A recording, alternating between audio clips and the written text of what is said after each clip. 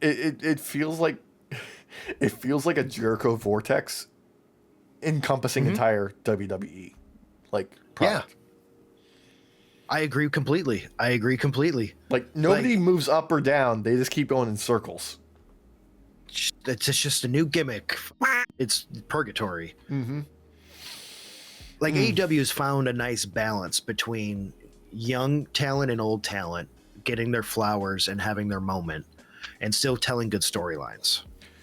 And like when AEW starts like putting, the company behind a wrestler, you believe it. Like Kevin Knight, right? Yep. He was paired in a tag team with Speedball, when he first came in. And, they had varying levels of success. And then, they gave him some single stuff to do. And now they're like, oh no, he's now going to be like a big deal.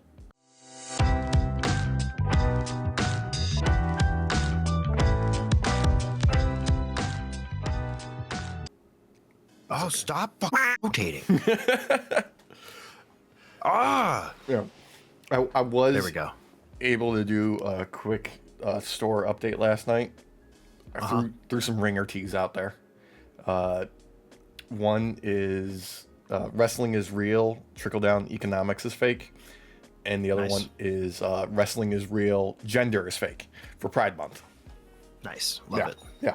Love that. I'm going to get some more Pride designs up there. They're going to be up there year round, but right now we got a couple of them up there. I'm happy for that. Want to make stuff well, if we can get some of the gays that are going to the 250th to disrupt all that for Trump, we can get one of them or two of them to wear one of our shirts. That'll make my day. I mean, let's face it, at the end of the day, the only people that are going to be going to the 250 are the people protesting it. There's a bunch of LGBTQ plus activists that are going to be sitting in the stands for this UFC fight and stuff that are going to be just looking fabulous. They're going to look better than everybody else there, guarantee it. It's ridiculous that the only American UFC champion is not allowed to be there because he's pro-Palestine. Well, I don't. He's anti-Zionist. Yes. Okay. That yes, because he. It's one of those like the enemy of my enemy is my friend kind of deal. Like I'm not even doing the purity test on it because he's a UFC fighter. Like, let's face it, everybody in combat sports, there's something off about him. I heard him say goy, and I was like, okay. Yeah. All right. But we have two now. There's two different UFC fighters who have come out now and spoken out against this. I don't remember who the other guy was. The first one was Strickland. Yeah. He's the one who got denied. But the other one was like apparently going to be like a backup fighter in case like someone couldn't make it or something. And he called Trump Darth Vader, and that when you see Star Wars, like the Empire gets toppled, or right before that point, Vader's going down or something like that to that effect. And I was just like, all right, well, okay.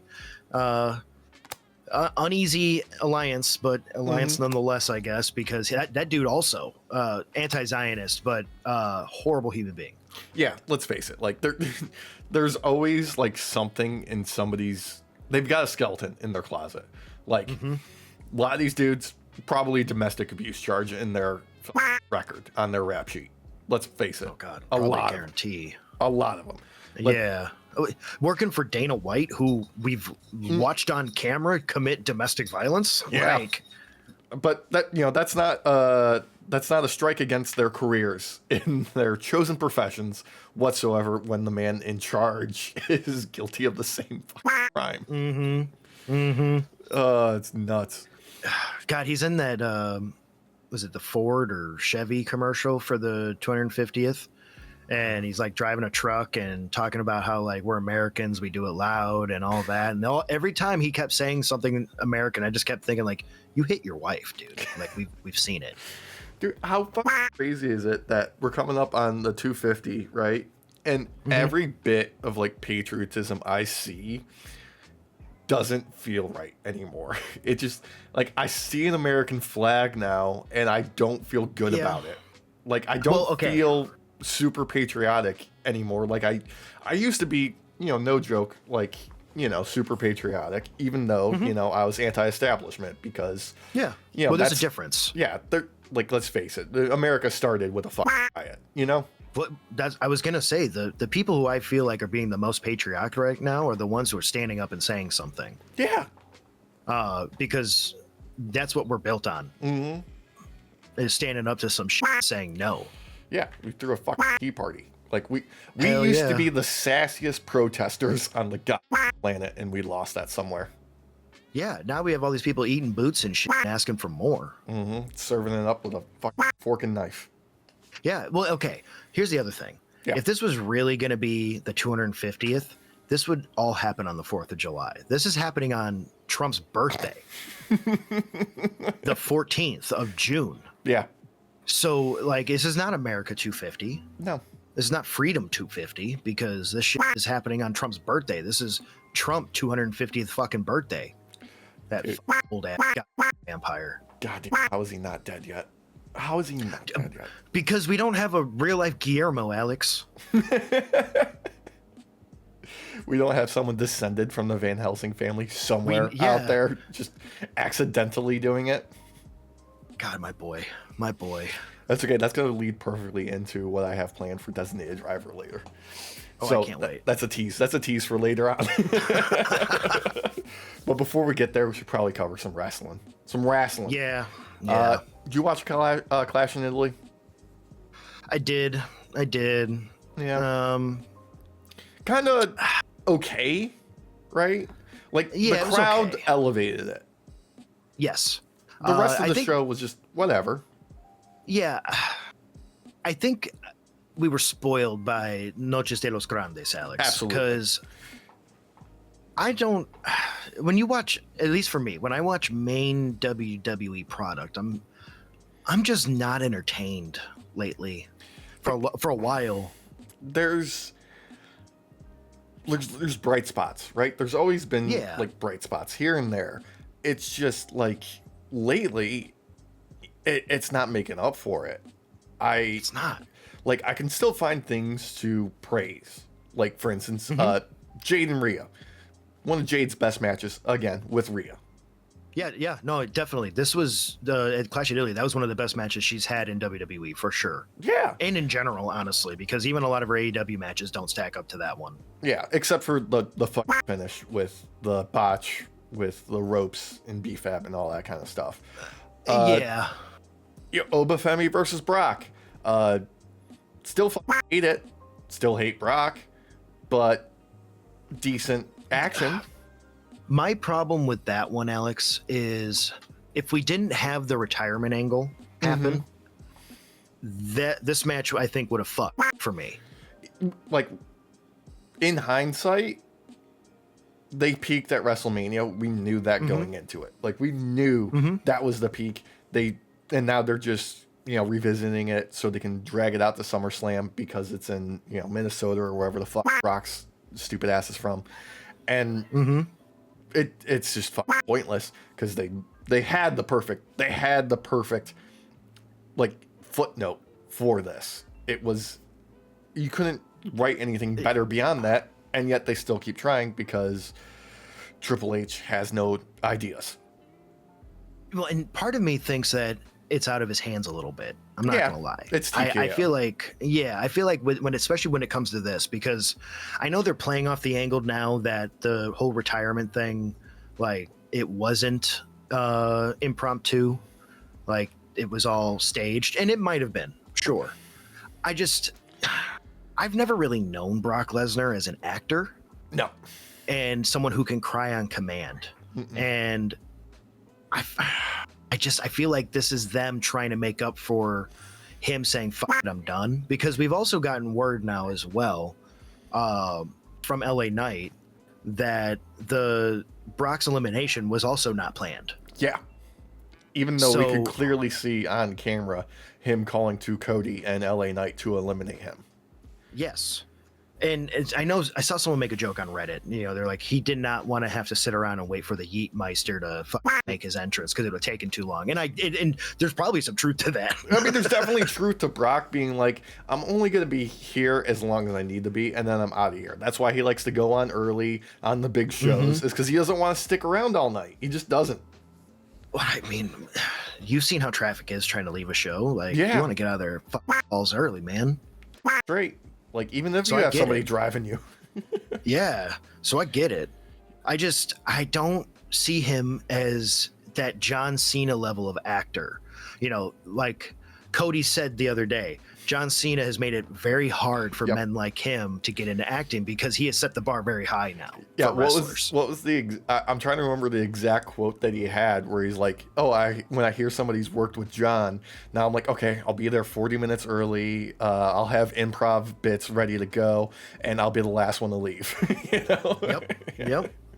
Well, because he takes it so seriously, and honestly, when it comes to acting, like, he's made for it. He's made for it. Peacemaker cemented him as a legitimate actor, you know? Yeah. Just like Batista, you know, over the course of his career, started off as very generic big guy, and then he was able to edge his way into, you know, bigger roles that allowed him to do more and really cement himself as like being like, no, I want to be a serious actor. Fuck, what was that movie he did where they basically take a family hostage and they're in like a cabin and he doesn't want Knock at the Cabin or something like that. Is that what it is? Yeah. I'm not going to give anything away for anybody who wants to see it. I do recommend seeing it because it's one of those weird movies where you don't expect to like it going into it. At least for me, I was going this like, this is just going to be slop. Mm-hmm. And by the end of it, I'm like, holy shit, this movie's actually really good. And it's actually because of Batista. Yeah. Like his range with this character that literally shouldn't have range. Like it was really well done. Like Batista is another one of those. Definitely set the bar real high. Actually, speaking of unexpected movies, I saw Backrooms over the week. Ooh, I want to see that. How is it? It's okay. I enjoyed how weird it was. I think I wanted to like it more than I did. You know? Was anybody being chased by like a anime 13-year-old but actually 3,000-year-old and like a random Crash Bandicoot running around? Not those specific entities. I'll put it that way. So not full-blown internet. Yeah, not full-blown internet, but it not modded Backrooms. Yeah, it's a bit weird in the right way. I don't. The best way I can describe it is it seemed like it was trying to serve two separate protagonists, and it couldn't decide who it wanted to be the main character. Mm-hmm. And then they like flip it. I mean, maybe they didn't stick the landing properly with it, but I like that kind of idea. I mean, it kind of added like an extra 30 minutes to the movie that it didn't need. Oh, okay. Well, it needs to be like seamless to where it bounces back and forth or something. Yeah. Like when you play Mega Man X4 on the PlayStation 1, you get a full-blown Mega Man X storyline, but then you also get a Zero storyline that coincides but is alternate. Yeah. Not like that, but for a first-time director, very strong. Hey, man, YouTubers have been slamming it lately. I still need to see Obsession. I love those guys that made Obsession. Yeah, Obsession rules. Yeah, I need to see that. Iron Lung that is up on my list. Interesting. Like I was engaged the entire time, despite it being like a bottle episode of a movie where it's, you know, a singular location, and like it was tense the entire time. Like I enjoyed that. Also, I'm willing. You know, the length a little long, but I think it actually helped in this case. That's not bad. Yeah. Like sometimes you need the length to really kind of settle in the premise more. Yeah, exactly. And the get isolation. Get that spoopy vibe. Yeah. All that shit. Yeah. All right. But we've drifted off. We've side quest a little long here. Because let's face it, I'm very disappointed with the Tribal Combat match with Roman and Jacob Fatu. Not so much the match itself, but really the ending bit with Jacob losing and Michael Cole, you motherfucker, saying, that Jacob Fatu has been neutered. Yeah. What? Yeah. Like, are we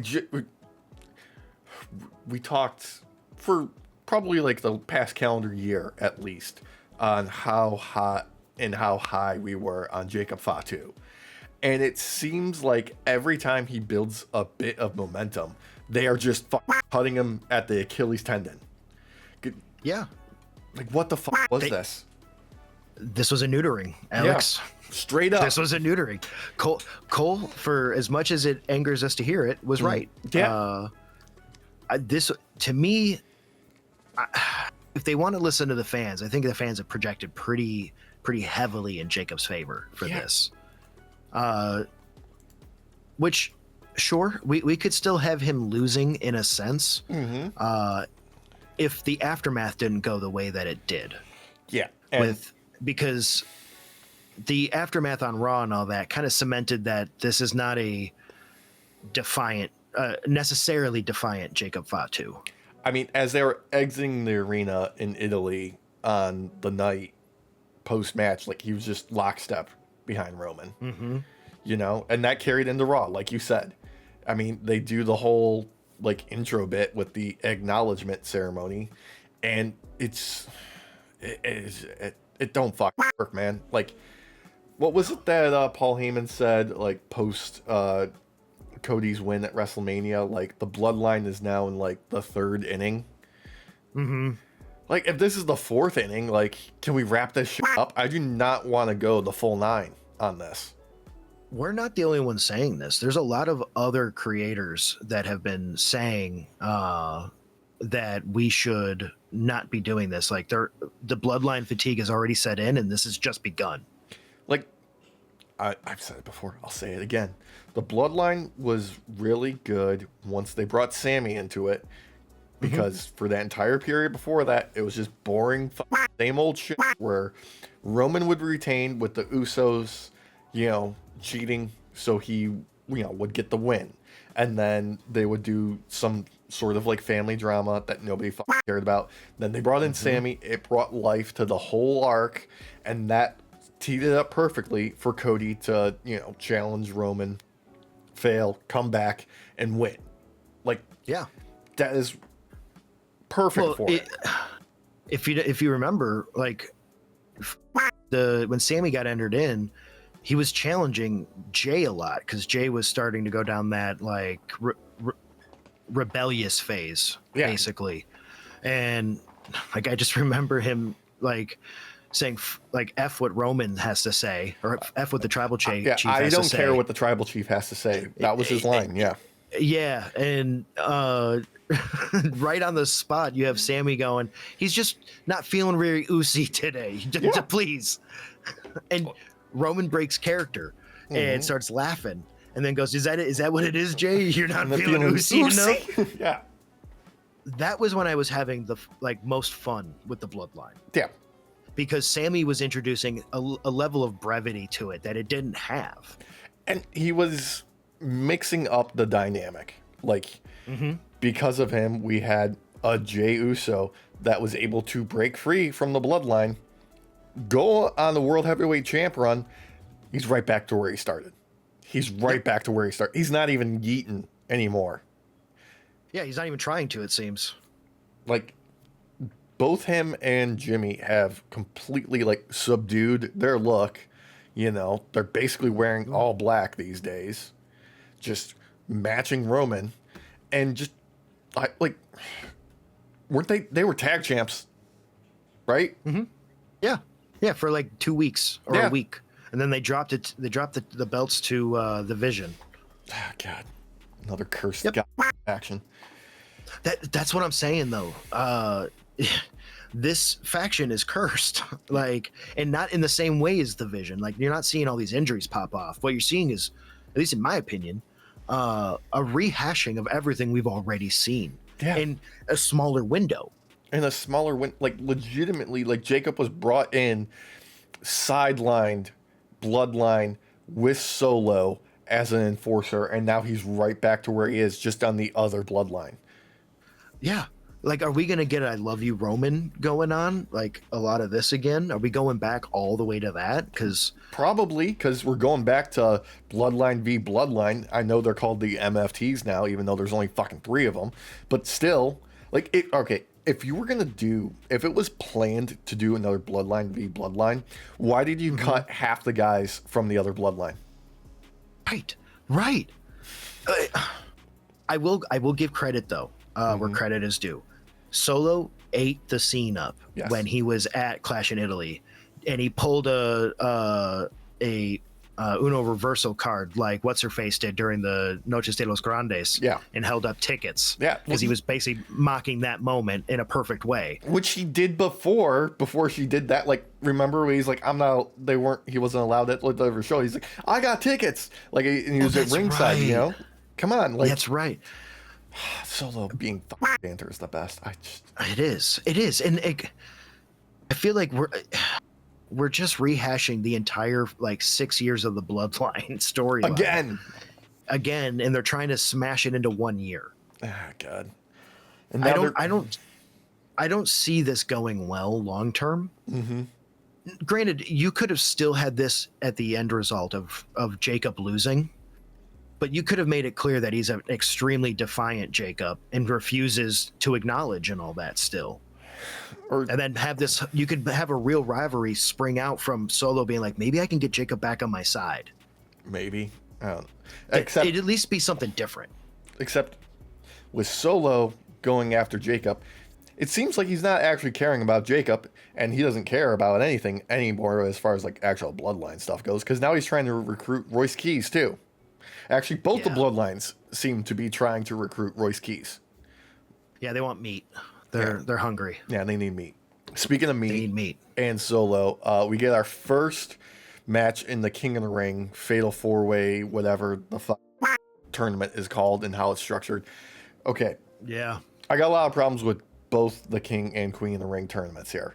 Starting off, the first match that we have is Penta, Oba Femi, Solo, and Carmelo Hayes on the left side of the bracket. The other portion of that is Dom, Bron, Trick, and Damian Priest. And then on the other side, we've got Seth, Javon Evans, Tala Tonga, Ricky Saints, Jey Uso, LA Knight, Royce Keys, and Finn Balor. Which, it's not terrible. It's not a terrible layout for talent. It's a bit telling when they have mixing of Raw and SmackDown's brands for each of these Fatal 4-Ways of being like, well, we can't have everyone on, like, have all these people on Raw lose and one person emerge. We need Raw to win both of them, but we can't have that right off the bat. You know, we just laying that out there. And then on the women's side, we've got Liv, Becky, Bliss, and Chelsea Green. Then Sol Ruka, Lyra Valkyria, Charlotte Flair, Jade Cargill in the next one. Then on the other side, Roxanne, Io, Giulia, Lash Legend. And then Bayley, Raquel, JC Jane, and Kiana James. Okay. Why the fuck is Liv here? If the grand prize is a world title shot, Liv is thrown in there. Liv did a fantastic job of selling this on social media, being like, because I want all the gold, I'm going to come for the other one. Okay. That's a good way for her to justify this. Doesn't make it good for them booking this, because it just advertises how little you have planned for Liv at all. So dirty cheats were saying that they've been holding off on Dom and Liv because of the Stephanie Vaquer storyline that they wanted to continue. Yeah. And they can't right now. Then do something different. There's been enough time between Liv winning the belt and now to where you could have not only started a new rivalry, but finished one. Yeah. Like, literally. Hey, I got an idea. It doesn't even have to be major. Giulia, you knew you were going to be in Italy. Why not? Have it be like an impromptu match. Not even impromptu. the time in between that Stephanie Vaquera has been injured, you could have done a full feud with Giulia paying off in Italy. It didn't have to be Clash in Italy. It could have been at one of the Raw shows in Italy. Yeah. Right? It would have been huge. But no. Yeah. Especially with the fact that they haven't even marketed the idea of taking the belt off Liv at all during this time. She's had no challengers. Like, there's been no danger. None. It's kind of wild. Like with Dom, I kind of understand. He keeps getting injured on and off when going in between Raw and AAA. And it's a AAA championship. Like, I understand them wanting to, promote it on AAA more than on the main roster or the main, like, WWE shows. That's acceptable. Like, Dom's always been, like, a little heel and good in small doses in backstage stuff and doing the occasional match. That's forgivable, in my opinion. It's when Liv is one of your main female champions and you don't use her at all. Well, and that's the thing. Having her enter the Queen of the Ring tournament, to me, it's embarrassing. Yeah. I would not have done that. I'm not putting the champ in there who everybody's gunning for. Yeah. With this victory, like, what? This is about people going. What if she wins it and then doesn't go after another belt? Does it just stagnate and she just won that too? Derek, here's a better question. Well, if she loses in the tournament? Yeah. Yeah. Like, okay, why couldn't they have competed for this ahead of time? $20 says they're going to do that, and they're going to have her lose to someone else who won't win the tournament. Who won't win the tournament, and the person that wins the tournament will not win the belt. Yep. This has been so poorly handled. Like, I understand wanting to wait. They did the same thing with Jade. They had her wait for like 3-4 months before finally caving and handing her to Rhea. Yeah. Because they had no other plans and they needed the pop rating. Yeah. Just what it was. Have IYO go after her. Like, right? you need a strong challenger. IYO is a perfect matchup. You can have it explained that IYO does not win through shenanigans, what have you. Here's a crazy and still idea. Have her look strong. You could have a title change and then switch it back when the time suits it. That too. Yeah. Nothing wrong with have that. IYO take it off and then 3 months later or whatever, when Stephanie's back, have Liv get it back. Pull out the rematch clause. Yeah, why not? Be like, I've been holding on to this. I deserve my rematch. Yeah, why not? Yeah, and then you throw it out at SummerSlam or some shit. Yeah. I don't know. I feel dumb. like It's so dumb. They've stopped thinking ahead of time, like in the future and planning for the future enough to where you have safety nets in case things don't go as planned. And they're only planning a few weeks out now. They're planning for, like, okay, we've got a main event and an opener for the PLE, and that's the only planning that they do. Because which is all they have time for anyways, because it's just advertisements in the middle. Yeah, because let's cast our minds back several weeks now at this point. Chad Gable is advertised to be on Raw post Noches de las Noches, correct? Yep. He did not appear on the Raw after that show. El Grande Americano was on there, but during the commercial break in Italy. Right. Where did Chad Gable appear? On SmackDown. On SmackDown. Yep. Mm-hmm. One of the MFT matches recently. One of the guys in the MFTs. It was supposed to be like Talatonga or something, and the promotional material said Tamatonga, and he had just been released. Yeah, like there's no direction. I feel like this is a ship that has no rudder. It honestly, it might be like executive C-level afoot. I feel like it's not just no planning, it's too many cooks in the kitchen and no planning. Like, everybody has their own ideas and they can't decide where they want to go with it, so they're just being like, we'll throw this and this and see if it works. If it doesn't, whatever. But no, Derek, they don't respond to online criticism, obviously, at all. It's just Michael Cole and Corey Graves on commentary talking about it every other 10 minutes. Mm-hmm.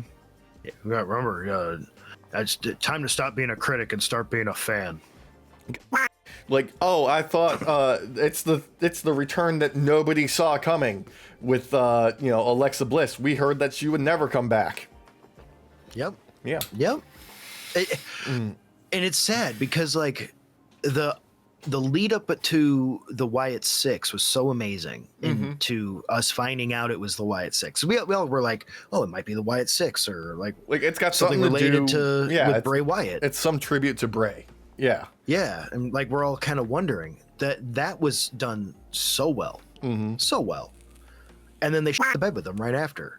We're not even getting that anymore. We're not at least getting the pre-planning for like the initial release. Now it's just, oh, we're doing this. Oh, wait, sorry, we put out some AI slop and we have to, you know, retroact it now. Basically, yeah. God. Anyway, first match of the King of the Ring tournament, Fatal 4-Way, Carmelo Hayes, Solo Sikoa, Oba Femi, and Penta. Well, the right result. I'll put it that way. The right result. Well, yeah. Because it's Oba Femi, and despite taking a loss to Brock Lesnar that serves no purpose other than to drag this out in 50-50 booking at gets the win. Decidedly. Like, there's no question about it. Like, Oba Femi came out there and dominate.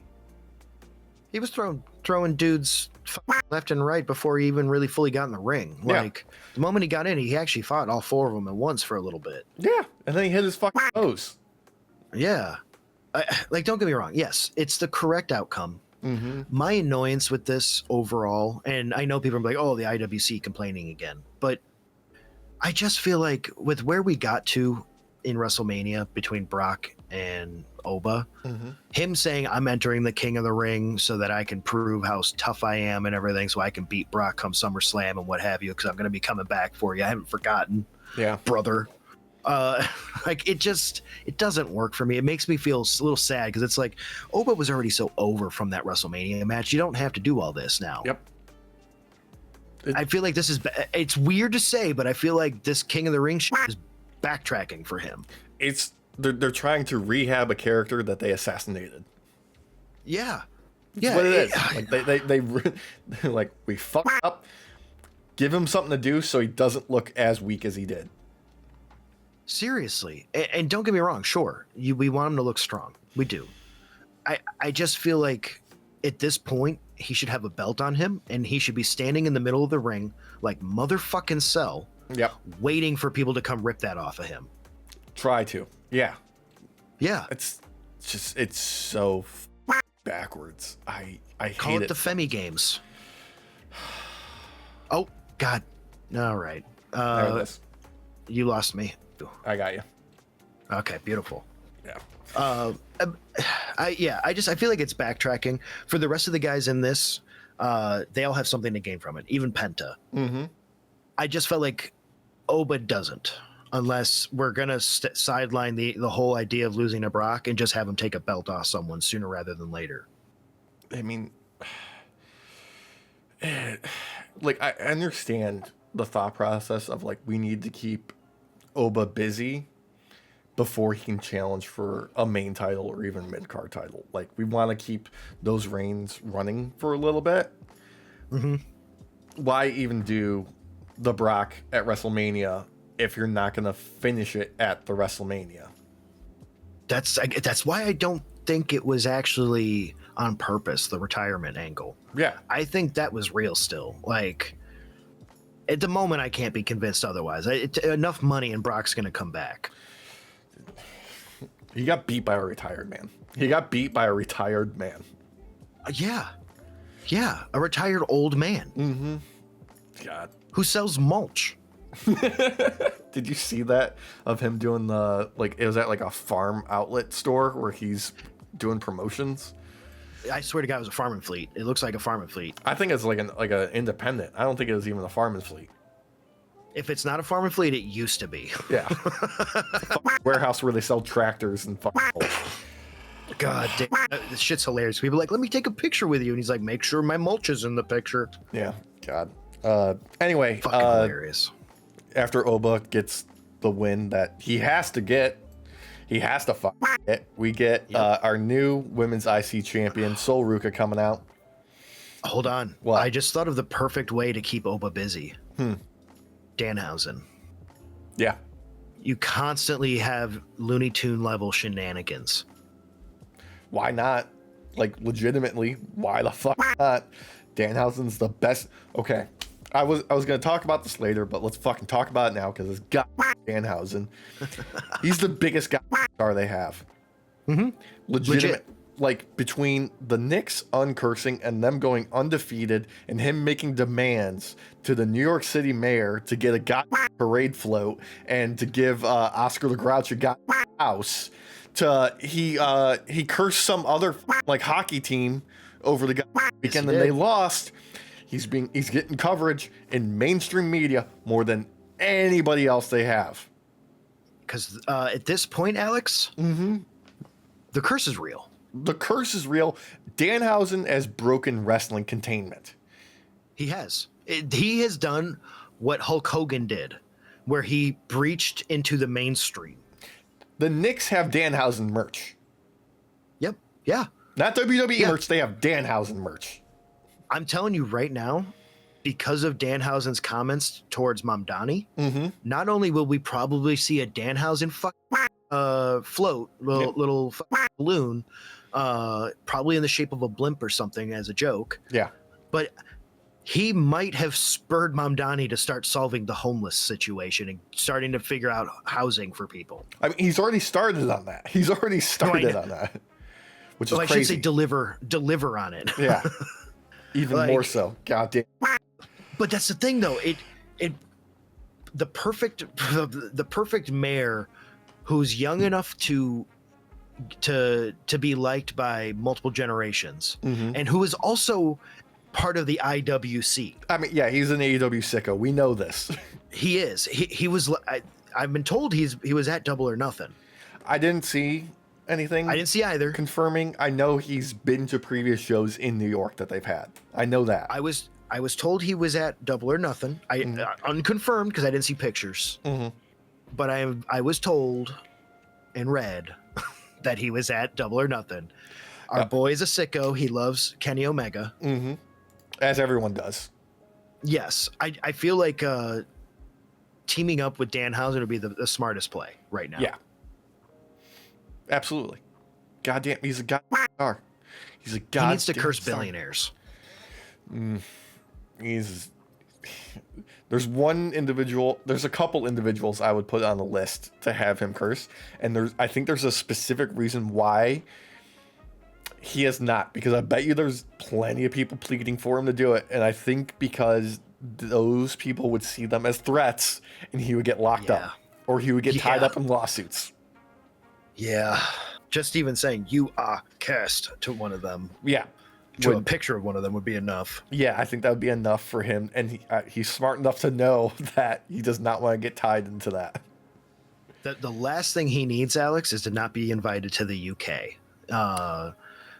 You know, the Pikers and they're not allowed. It's so insane to me that a Twitch streamer has this much going against him on a global level at this point. Yeah. He's a Twitch streamer, okay? It's wild to me because like I've been watching Hassan for a long time now.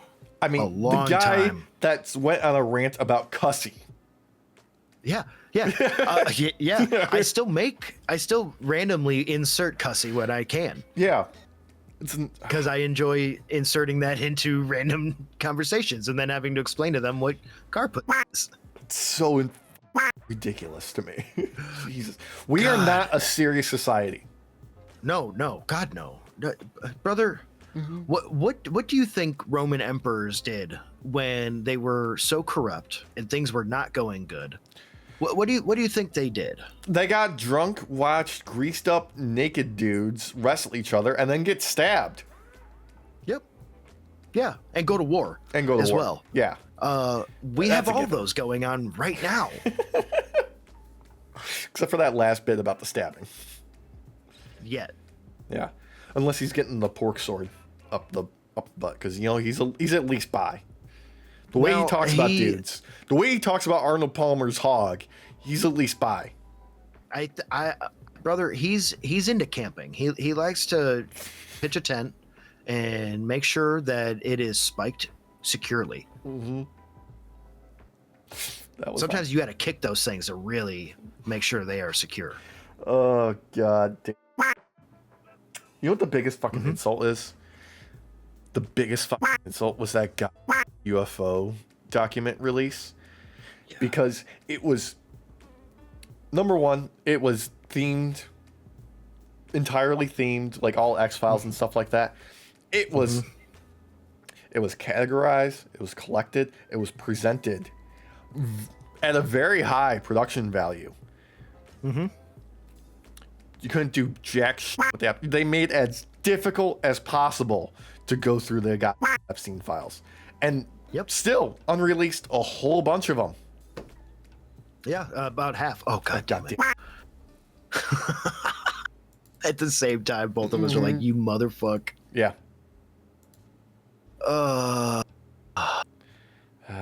I just disconnected completely. Okay, I gotta remove these extras of you. Gotta love technology. Yeah, just fucking Streamlabs lately, dude. It's just been a dick. Really has. All right, let's try it again. All right. Start collab cam. I clicked start. I didn't get anything. Oh, really? Yeah. Join with Streamlabs. You're about to join Night Off Pod. Start collab cam. There it is. There we go. There we go. There you are. Okay. Yeah, at this point, it's very, especially with some of these new hires, or these people being put into positions in the last month now. They're all Epstein related. They're all Epstein, literally related to him in some way, shape, or form. Dude, it's fucking Epstein all got down. All got down. And it's weird that we have to. Oh my God! It did it again. That's getting cropped, and it'll be fine. Be fine. There we go. Yeah, it'll work. Yeah, it's gonna have to do. Jesus, just like it's gonna have to do for Sol Ruca being the IC champ, even though I guarantee you they have no plan for her. Of course not. I don't think this was planned out at all. Granted, their match was not bad. It wasn't great, but it wasn't bad. She's lost every match prior to that. Yes. It makes no goddamn sense, okay? That was the thing I was going to bring up. Why does she get a chance? I don't know. You've had her taking L's. Repeatedly. To other people, too. Yeah. Legitimately, why wasn't IYO SKY the number one contender? Well, I still feel like that would have been a step down for her. Yeah, absolutely. But still, it might be a step down, but she could have elevated it. I mean, Becky was doing good things. She's, at the very least, she was entertaining, even though, they had no plan for her. I think because Becky is a lot like how Cody is, where you can just take chicken shit and make a sandwich out of it. Yeah, it's true. She's just good at just taking the reins and making something happen. Sol's going to take time before she can be that way, regardless, because she's still fresh on this portion.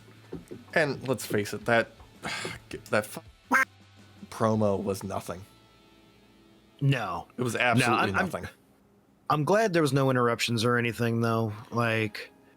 She needed to stand on her own for this little bit. Yeah. You get that feeling when watching this promo that this might not have been planned for her to take that belt at all. Like, I don't know where this is going to head to, because she was okay. This is an issue they've been having in WWE, Alex, when they want to show you their cards without showing you their cards. They say, I am declaring an open challenge. Yep. Yeah. Because that's what happened here. And I'm tired of the open challenges.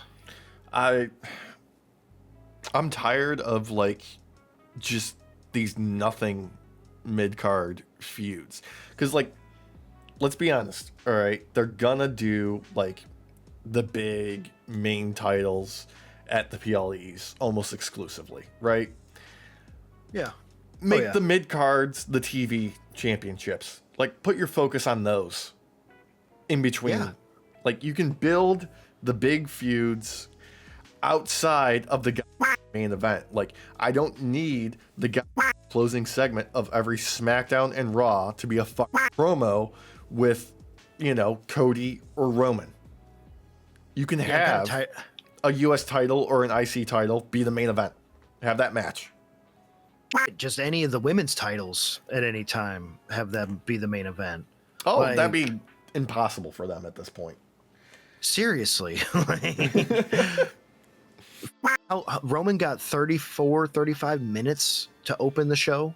Yeah. With his stupid ceremony. And like 15 minutes of that was his entrance. Yeah. Swear to God. I'm so tired of being Bloodline gaslit, dude. I really am. Imagine if that time got slotted better, like rip 15, 20 minutes off of that and add it to, I don't know, any of the matches, or just even add a match. Or just give one of your people who hasn't been on TV in a while some TV time. Like, you couldn't have thrown like Javon Evans in a 5-minute banger. Right. Where the fuck has Ilya Dragunov been? I mean, besides SmackDown, but like, I'm not so sure anymore. Well, that's the thing. I've been hearing through the dirty cheats as well. So rumor mill, take it with a grain of salt.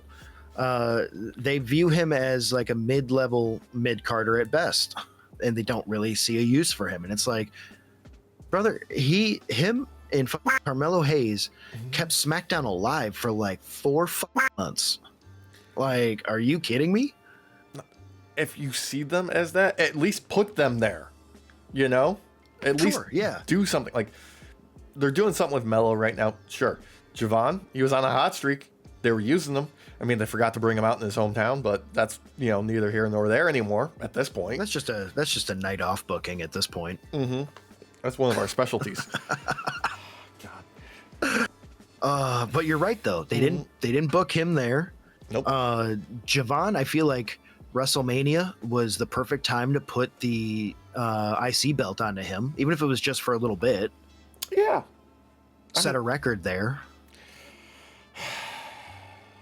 Instead, we've got the IC belt on Penta, who we're putting in a King of the Ring tournament. That's another thing that bothers me. I don't think Penta should have been in that. Like, I'm enjoying Penta as the IC champ. I liked his defense at WrestleMania and everything. It was great. I liked all of his recent matches with it too. They've been great. Dude, they put on him and Ethan Page, man. They put on an S-tier match together. One of the best matches of 2026 for the main roster of WWE. Unfortunately, yes. And that was just TV. Yeah, that was TV. Because that's the thing. I think they have forgotten that, like, TV can have 5-star matches. It's allowed to. It's allowed to have a good match. It's allowed to have a good match. I mean, I think somebody went through the archives of Meltzer's ratings for WWE products. And besides the El Grande Americanos match getting 5 stars, the only other matches for WWE have been on NXT that have hit 5 stars. That makes sense to me too, because like, unlike main product, NXT, I feel like you get to see the different levels of styles. And that was Black and Gold era. That was Black and Gold. I don't think any of them were in recent, like, since. I don't think there were any post, like, they did the NXT 2.0 shift. Oh, wow. But Yeah. that's also not unexpected either, though, because like that was the height of like Shayna Baszler and everything. Ciampa, Gargano. Adam Cole, baby. Yeah. Isn't one of the 5-star matches an Adam Cole, Yes, Johnny Gargano match? I believe so. Yeah. Yeah. I think he's 2 of them actually, if I'm remembering correctly. Like, it's just sad because it's like your main product should have these banger ass matches on regular TV. Like, We know the wrestlers are AEW capable of them. Exactly. AEW has a lot of their 5-star matches and just 5-star shows have been regular programming recently. They've been Like, solid. and their pay-per-views have been awesome too. I'm not saying they're not. Like, Right. it's just you're getting solid programming out of AEW consistently lately. Sorry, You're good. No, I got distracted because I just noticed that for some reason. Mm-hmm. I know what I did. I forgot to crop something. Uh-oh. No, it's fine. It's fine. It's just I was like, wait, why is there a duplicate of the text on the top? I'm like, oh no, that's just Derek's screenshot now. I'm a fucking idiot. Oh. God, that's Here, I'm thinking like there's like a P behind me. No, didn't get cropped out. No, I was worried that like Streamlabs was fucking up something else now. Oh God. As it do, though. As it do. Speaking of as things do, we got Rey Mysterio getting some in-ring action with Dragon Lee taking on Rusev and Ethan Page, and just a tune-up match for Rey Mysterio, basically. Yeah, this was like in basically to commemorate him becoming the general manager. So let's put him out on the main show. Yeah, like let's remind people that he can go. Yeah, like it was okay. Yeah, it's fine.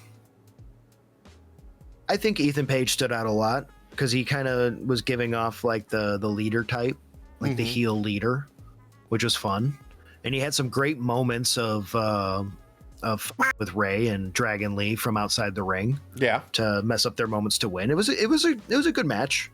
Yeah, it was solid. Like it's just like okay, but these guys aren't going to be like competing for. None of them are going to be competing for the tag titles. No, these aren't real tag teams. No, these are those impromptu tag teams that you get. Mm-hmm. That somehow end up being your tag team champions. Yeah. Anyway, oh that is followed by the first Queen of the Ring match, Fatal 4-Way, IYO SKY, Giulia, Lash Legend, and Roxanne Perez. Finally, Giulia gets to wrestle in Italy. Yeah, I guess she also had a dark match too for Clash in Italy itself, which is stupid. Don't you just put her on the main show? Like what? I don't know, dude. I honestly don't know. Like she put out a post on social media on just how big of a deal it was for her to be able to like be in Italy. Something that she thought, however many years ago she wouldn't ever get a chance to do, but then she gets to actually wrestle in Italy, and that's a nice moment. Even if she doesn't win this match, it was more than enough to actually have her in a highlight match. Because you know what? IYO, insanely fucking talented. Lash Legend has been doing great lately. Roxanne Perez is no slouch either. It's good stuff. I honestly, Roxanne was the MVP of this match in my book. I liked her outfit. That like silver outfit is very different than what she normally has been wearing. She took a lot of bumps, and she took them in a way that was very good. Sold them real well. Yep. Giulia looked great too. I'm not saying she didn't. But yeah, like I obviously we're gonna get a banger out of IYO like every time. Yeah. So this is what she does. Like, yeah, this would have been more of an upset if IYO didn't win in some ways for me. Because this is another one of those like you see the lineup and you're like, oh, okay, IYO walks with this. I mean, yeah, basically it's like a foregone conclusion at that point. But that's one of those times where they could at least try and surprise us, because I wouldn't be upset with any one of them getting the win here. I was rooting for Roxanne by the end of it to win. I'm not gonna lie, and I love Io. I felt like Roxanne was the standout of the match, and like Giulia had a ton of fun in this match. She really got to show off more of her Joshi style. Yeah, they need to lean on that heavy in the future because, like, I mean, they kind of neuter all of the Joshi wrestlers at this point. I mean, They do. which is really just Giulia and Io at this point. Yeah, it is just them two now. They've gotten rid of the others. Well, gotten rid of one at least, and then one of them went, you know what, I'm going to semi-retire. Yeah. Oh, she got a dog, though. Asuka's got a dog now. Yeah, I saw the puppy laying under the bench or whatever. Yeah, very adorable pup. Super cute pup. Not as cute as my pup. My pup's way more adorable, but that just hands down always is the case. My pup is way too fucking cute. Yeah, it's way too fucking cute. You know what wasn't cute? Next match, Seth Rollins versus Bron Breakker again. Oh, I hated it. Like, don't get me wrong, the match itself wasn't bad. I'm tired of this back and forth. Dude, I'm tired of this back and forth. They gave Braun a definitive win, and now we're just gonna keep it going because we've got nothing else for them to do, and we want to drag out these feuds to have big moments at PLEs, but never resolve them. Yep, this is what it is. And the problem that I'm having with it is Braun's another one of those that you don't need to strap the rocket onto yourself. It's already, he's born with it. Like, they did the groundwork for him. Yeah, light the fire. Like, you know what I want to see, Alex? You know what would be a dream match for me for like the future of WWE wrestling? Bron Breakker versus Oba Femi. Yeah. I think that would be quite the. Could you imagine the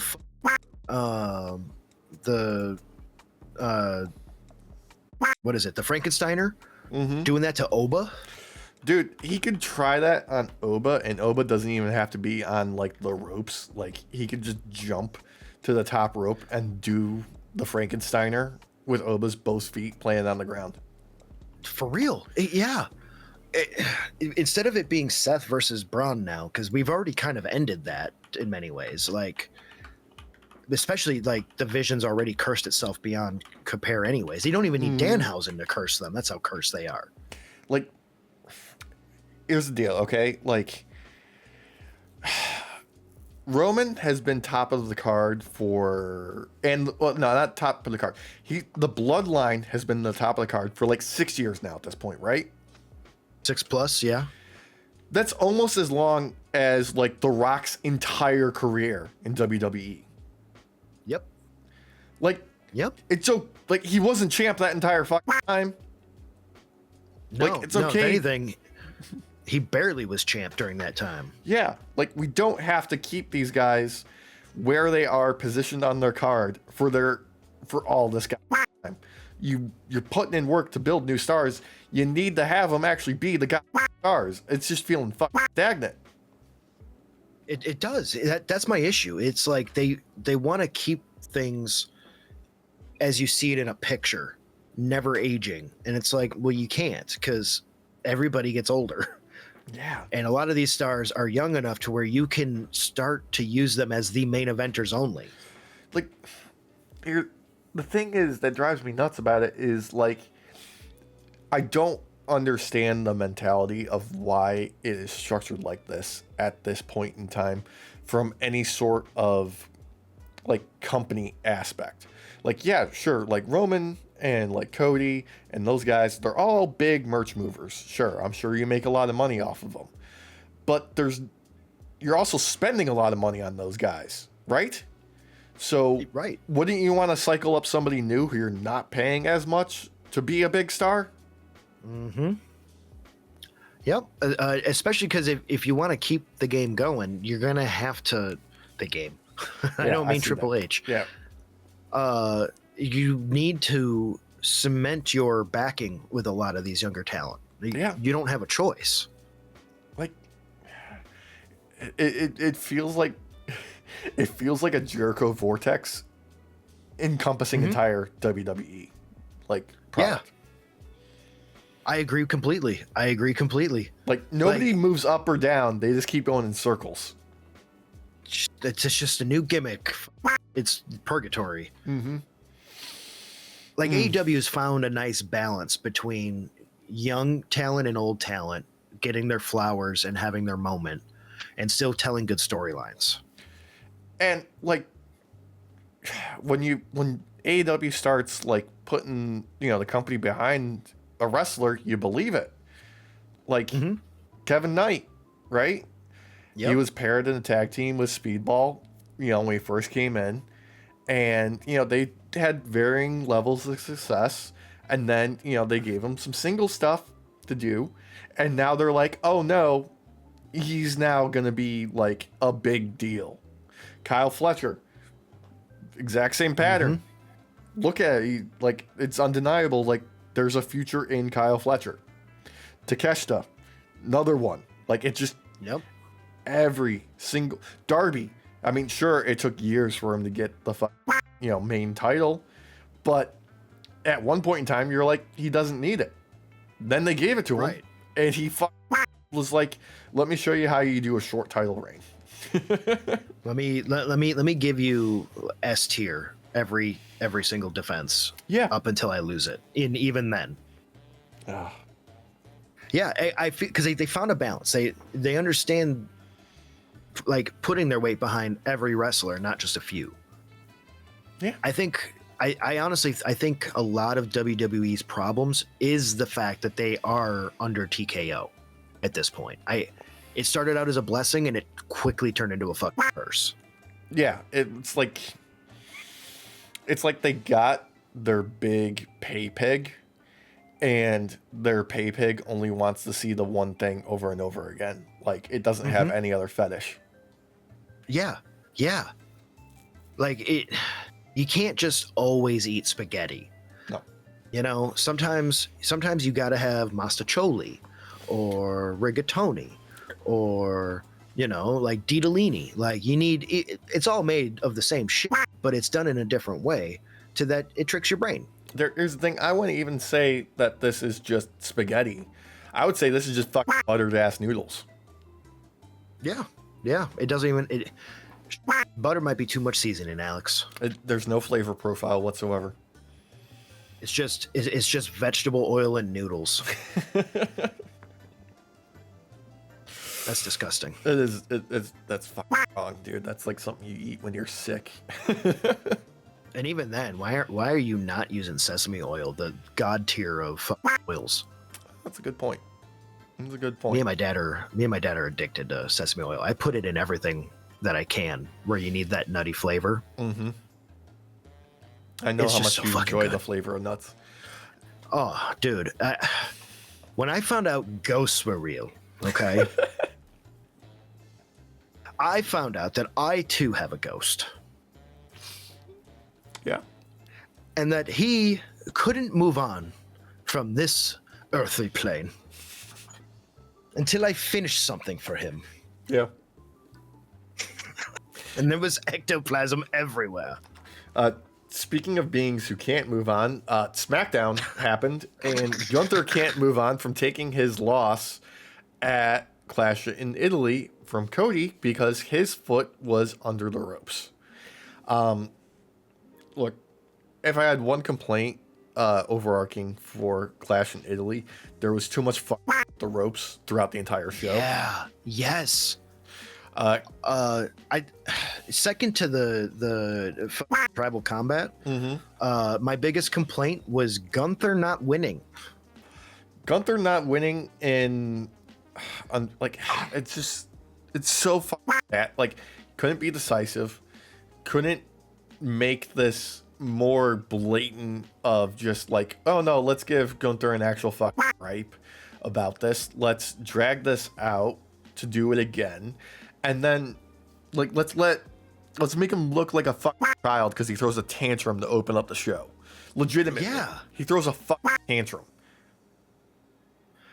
It makes no sense to me. He's just trying to, like, make the best of what he has. I get that. Like, but with the way that they have pushed his character to this point, up until Clash in Italy, and then now with the aftermath, he should be laughing his ass off at everybody who thought Cody would retain. Here's the deal. Even if you did with that same finish and Cody gets the win, under, murky circumstances, we'll say. Gunther should come marching in, laughing like a bat who's got, like, the cat who's, like, caught the canary or whatever, and being like, Cody, that wasn't a legitimate win. My foot was under the rope. Let's roll the tape back. I'm the ring general. I have the ring awareness. Like, he shouldn't be heated about it at all. He should be calm as about it. Be like, I know I get a rematch because of this. And I know you can't beat me because of this right here.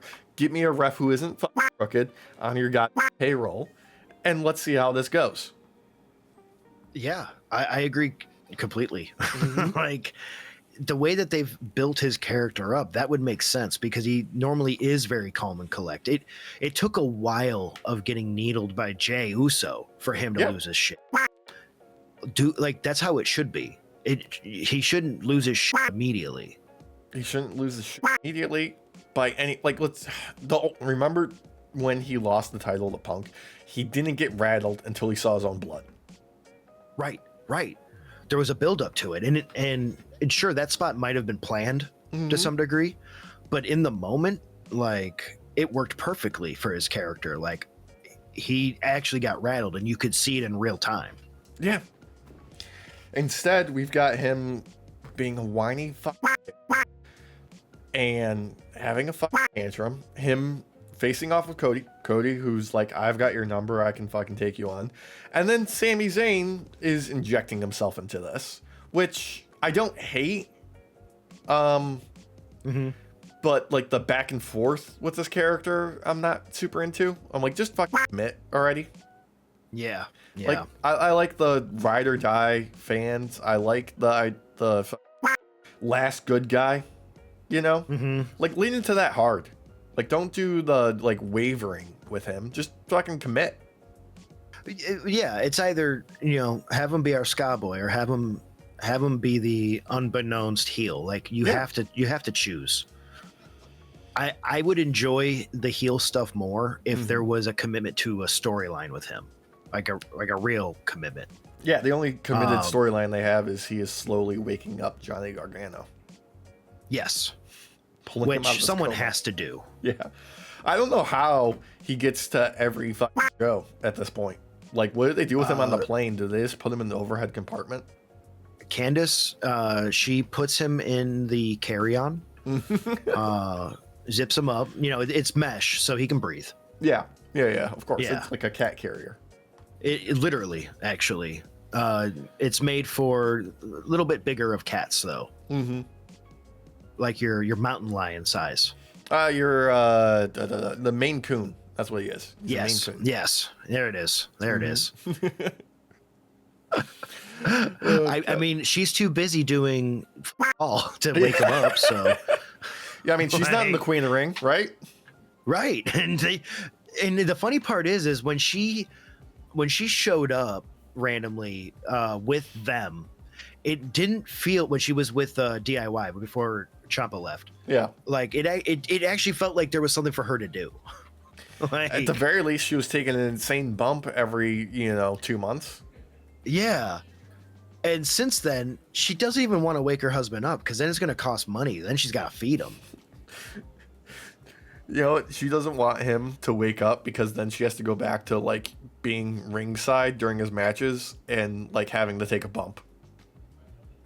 But she might as well just go back to Nia at that point and be like, what? Take me back, please. Yeah, please. Like, I'll carry your fucking luggage. I don't fucking care. You and Lash can do all the wrestling. I'll just be hanging out. Hey, at least when Candace decides to hold the rope down so Lash can quote unquote fall over it, it looks believable. Okay. Did you see that? Yeah, you saw that spot, right? I saw Okay. that fucking spot, dude. God. Anyway, God. Speaking of women who aren't in the Queen of the Ring, we have Raquel facing JC Jane, Kiana James, and Bailey. Fatal four-way. I'm a little bit curious of why we've brought up Fatal Influence and only had JC Jane really be featured when there's two others in there. They initially showed the other two with her on the when they jumped. Was it the Judgment Day? Yeah. On there, yeah. I don't think I've seen them since like one other spot. The other two. I mean, they're there for her entrance. Are they? Yeah, I'm pretty sure they were. Fuck, that's how forgettable they are for me. I feel bad. Yeah, and it's very strange that they're not there. Like all the like, I don't know what they're doing with them. Honestly, I mean, JC Jane, I feel like they don't really have a plan, but they're not like fumbling her introduction to the main roster, right? Hey, you want to know? You want to know what, Alex? There's two champs who have nothing to do right now: a Sol Ruka and a Liv Morgan. And you have someone who could challenge them, a JC Jane. Yeah, and I mean, if you want to keep it on SmackDown, I think Tiffy Stratz has the U.S. title. Hey, there that too. I think she does. I don't even know. I can't remember the last time I've seen it. I'm not sure. Yeah. Yeah. I'm pretty sure she has an open challenge for it too. She does, because Alex, there's an open challenge set up for everything. There is someone waiting in the bathroom who has an open challenge for pooping at this point for the show. Like, I just anyway, I will say though, with this, I love that they are realizing we can just utilize Bailey on any show. It doesn't matter anymore. She is on Raw every week. She is on SmackDown every week, and she is on AAA almost every week at this point. Yep. Girl is working. She's not beating the female John Cena allegations at all. Like that, she's just a workhorse. She really is, and she doesn't even have to have a belt on her for it, because they're not treating her like a Cena in that sense. No. Are her and Lyra still a tag team? Yes. Yeah.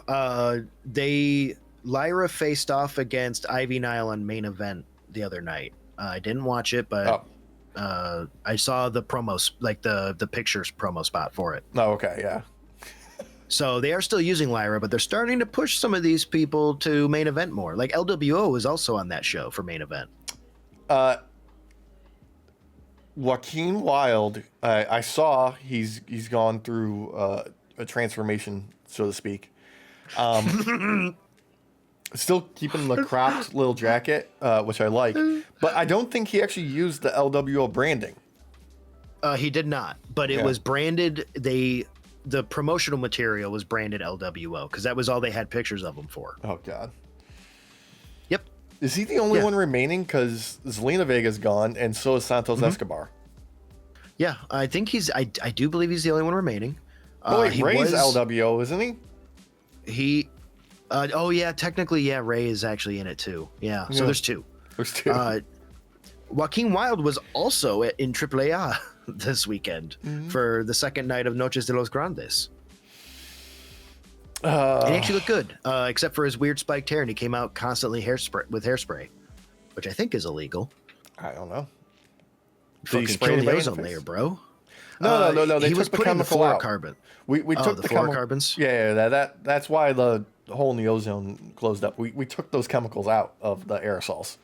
Are you certain he didn't pay extra for some 80s Aquanet and to make sure he had them fluorocarbons in there? Because that hair was standing in AAA. I did not see the branding on it. I can neither confirm nor deny.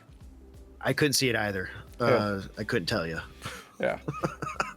Anyway, the women's fatal four-way ends with Raquel getting the win and a fallout between Kiana James and Giulia. Yes. Okay. Yes, we're getting a face Giulia probably. Yeah. I'm just gonna be like, what the fuck are we doing here? Because you can clearly hear Kiana James bitching to Giulia about being in Giulia's shadow this entire time. Mm-hmm. When was that moment? Because even when Giulia had the U.S. title, Kiana James was the one having fucking matches. Right. Thank you. Yes, and some of them were actual good matches too. Like surprisingly good, where I did not expect them to be that good. I mean, Kiana James was in the Elimination Chamber, right? Yeah, and she was a highlight of it too. Yeah. She was a highlight. She wore the black and white. I don't remember the name of that pattern, but yeah, the onesie or whatever. Houndstooth. Yeah, Houndstooth. Yeah. Memorable outfit, and she looked good out there. She took some crazy bumps. Mm-hmm. But apparently she's been in Giulia's shadow this entire time. Makes no fucking sense. The gaslighting will continue, Derek. The gaslighting will not end. Holy shit! She is the woman wrestler version of Paul Heyman, because she's gaslighting us. Yeah, she is the women's wrestler equivalent of Paul Heyman or Triple H. Yeah, you enjoying the show, but a better wrestler. Yeah, well, that's not very difficult. Let's face it. It's not. Shorter matches tend to help when you can't wrestle. Anyway, Yeah. As was set up earlier in the show, we have Royce Keys facing Tala Tonga because Solo wants to recruit Royce Keys, and the way he goes about that is he's like, "You got to fight my boys." Yep, that's what it is. Yep, and then Tala Tonga gets the fuck win. Like what? It makes no sense to me. Mm-hmm. Like, they don't know what to do with Royce. Nope. They don't know what to do with him. This is so fucking clear since the Rumble. Yeah. This was another one of those, like, we don't want AEW to have him kind of deals. Yeah. Because he was doing great in AEW. And don't get me wrong, I'm not mad at Royce moved over to WWE. Make your money, brother. Yeah, totally. Like, I just wish WWE would actually utilize him in something more than just this. Because he's in the middle now of the feud of the Bloodline on who's going to get him. Like, are you kidding me? We're getting a lot of tell and not show with him. Like, they keep telling us that, like, he's involved with all members of the Bloodline, but not showing us why he should be. Yeah. He should have destroyed Tala. Yeah. Like, absolutely destroyed him. And if you want him to take the loss, you had Solo and Tama out there to get involved. Exactly. But this was like I don't know. Like, are they starting to actually want to push Tala? Like, is that the thing? Because I didn't get that feeling, but it's the only explanation I can think of. But it's the only explanation, right? Yeah. Are they going to have him break off from Solo's bloodline to move over to Roman's bloodline? He just got tired of painting his face, maybe. So he's like, I'm done with this. These pandas are endangered, Alex. I mean, clearly, we lost 2 of them this year. We did. You know how hard it is to get these fuckers to procreate? Yeah. God. Speaking of procreating, Miz stumbles on Danhausen's science experiment. Yep. Which, it just fucking works. Like, I'm telling you, this is the best that of Miz's work in a while has been Danhausen related, and there's nothing wrong with that. Yeah. Like, I can't hate on him committing to making this bit work for him. I also enjoyed him being on the phone with Kit Wilson, being like, what was it, like last week, you know, they held you up at customs because of all of your, like, creamer or whatever. This week, it's because your 4 emotional support kittens weren't allowed in. And yet he had time to do a TikTok short with Giulia. No, that was the week prior, right? Oh, was that the week prior? I only saw it this week. So. Yeah, I think that was the week prior where they did the dance off, right? Well, she has the new hairstyle though. Yeah, yeah. She did that before they went to Italy. Was that before? Okay. Yeah. She hasn't been on TV before with that hair. That's true. But she did that before they ever went to Italy. I guess. Yeah, you're right. No, Yeah. yeah. That, but no, it works. Like the Miz is having fun. Mhm. Like these guys don't need to really be wrestling with Yep. to be having fun and have us enjoy it. Yeah, it's true. And God, speaking of people wrestling though, Nick Aldis is wrestling with talent backstage, being like, "No, I have an appointment to talk to somebody." And like, who could be such a big deal? Pan over, it's fucking Chad Gable to a massive pop. This is a massive fucking pop. Deserved. God. Yeah, he's earned it. He like Bro could retire right now and he would be considered a legend. Like it's crazy that for years the audience and the company has been saying Chad Gable's underrated. The commentary all the time would put over how underrated Chad Gable is. Maybe they'll finally stop doing that of telling us he's underrated and just let him be Chad Gable, a wrestling machine. Yeah, please. Because when you this mask match, like the dude, him and Love would put on a clinic. Yeah. Like if they're capable of that, imagine if you put your weight behind him. And He'd be a great foil to Bron Breakker. he'd be a great foil for Gunther to run that back, have Gunther beat Cody, have Chad Gable chase him down. Dude, I would even have him face Cody. Yeah, Why not? God, yeah. We've seen that match too in the early days of Cody's first title reign. Yeah. When he was being like, I want to face anybody and everybody. He was like, Chad, I want to face you. Yeah, do it. Fine. And then, yeah. Dude, I'm telling you right now, if they don't utilize him in WWE, just have him go back to AAA as Chad Gable, trying to, like, just be the biggest, baddest heel ever. The thing is, though, that I'm thinking about is if they move Chad Gable to SmackDown, right? Mm-hmm. What happens with all of his tangential connections over on Raw? Like the Creed brothers? Just gone? Well, they do more time in AAA as well. Just have them go to AAA.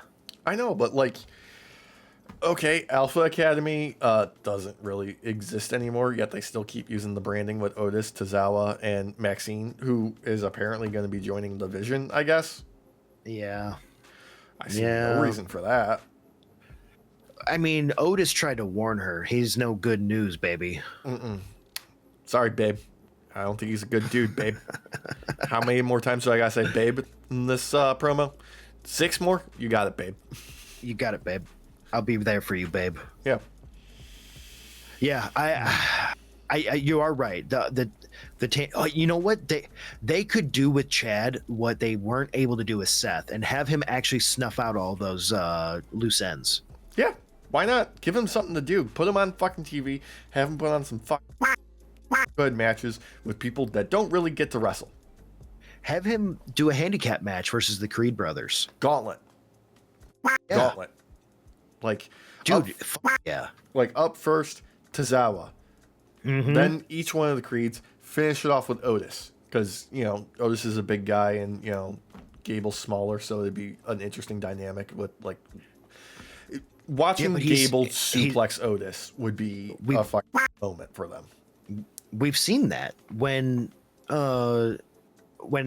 he first split off from Alpha Academy. Yeah. He German suplexed Otis and then did a German suplex pin to Otis. Now have him do it as a face. Yeah. Well, that'd be the fun thing is have him beat Otis, but have him like go to hug Otis or shake his hand and be like, sorry for the past, brother. I was in a wrong place or something. And they don't have to get back together, but have them be on good terms so that future face Gable, whatever he goes after, he has someone in his corner if need be. Yeah. I don't know, dude. There's so many plot lines you could do with Gable right now that, God, I hope. I just hope. I know. Like, the thing that stands out to me even more so is we moved him to SmackDown when the start of this arc was about him beating luchadors. And Penta has the IC belt, which is the other belt that he was going for hard for a long time. So Yeah.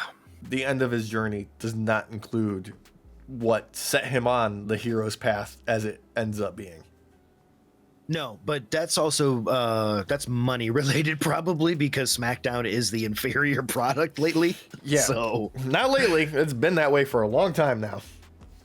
well, okay, yeah, it's been a good year of it being just awful. But honestly, there's such a good storyline to have with Chad Gable right now that was created out of this Mask v Mask match. Yeah. That it'd be a shame for them to not even at least try. Yeah, I mean,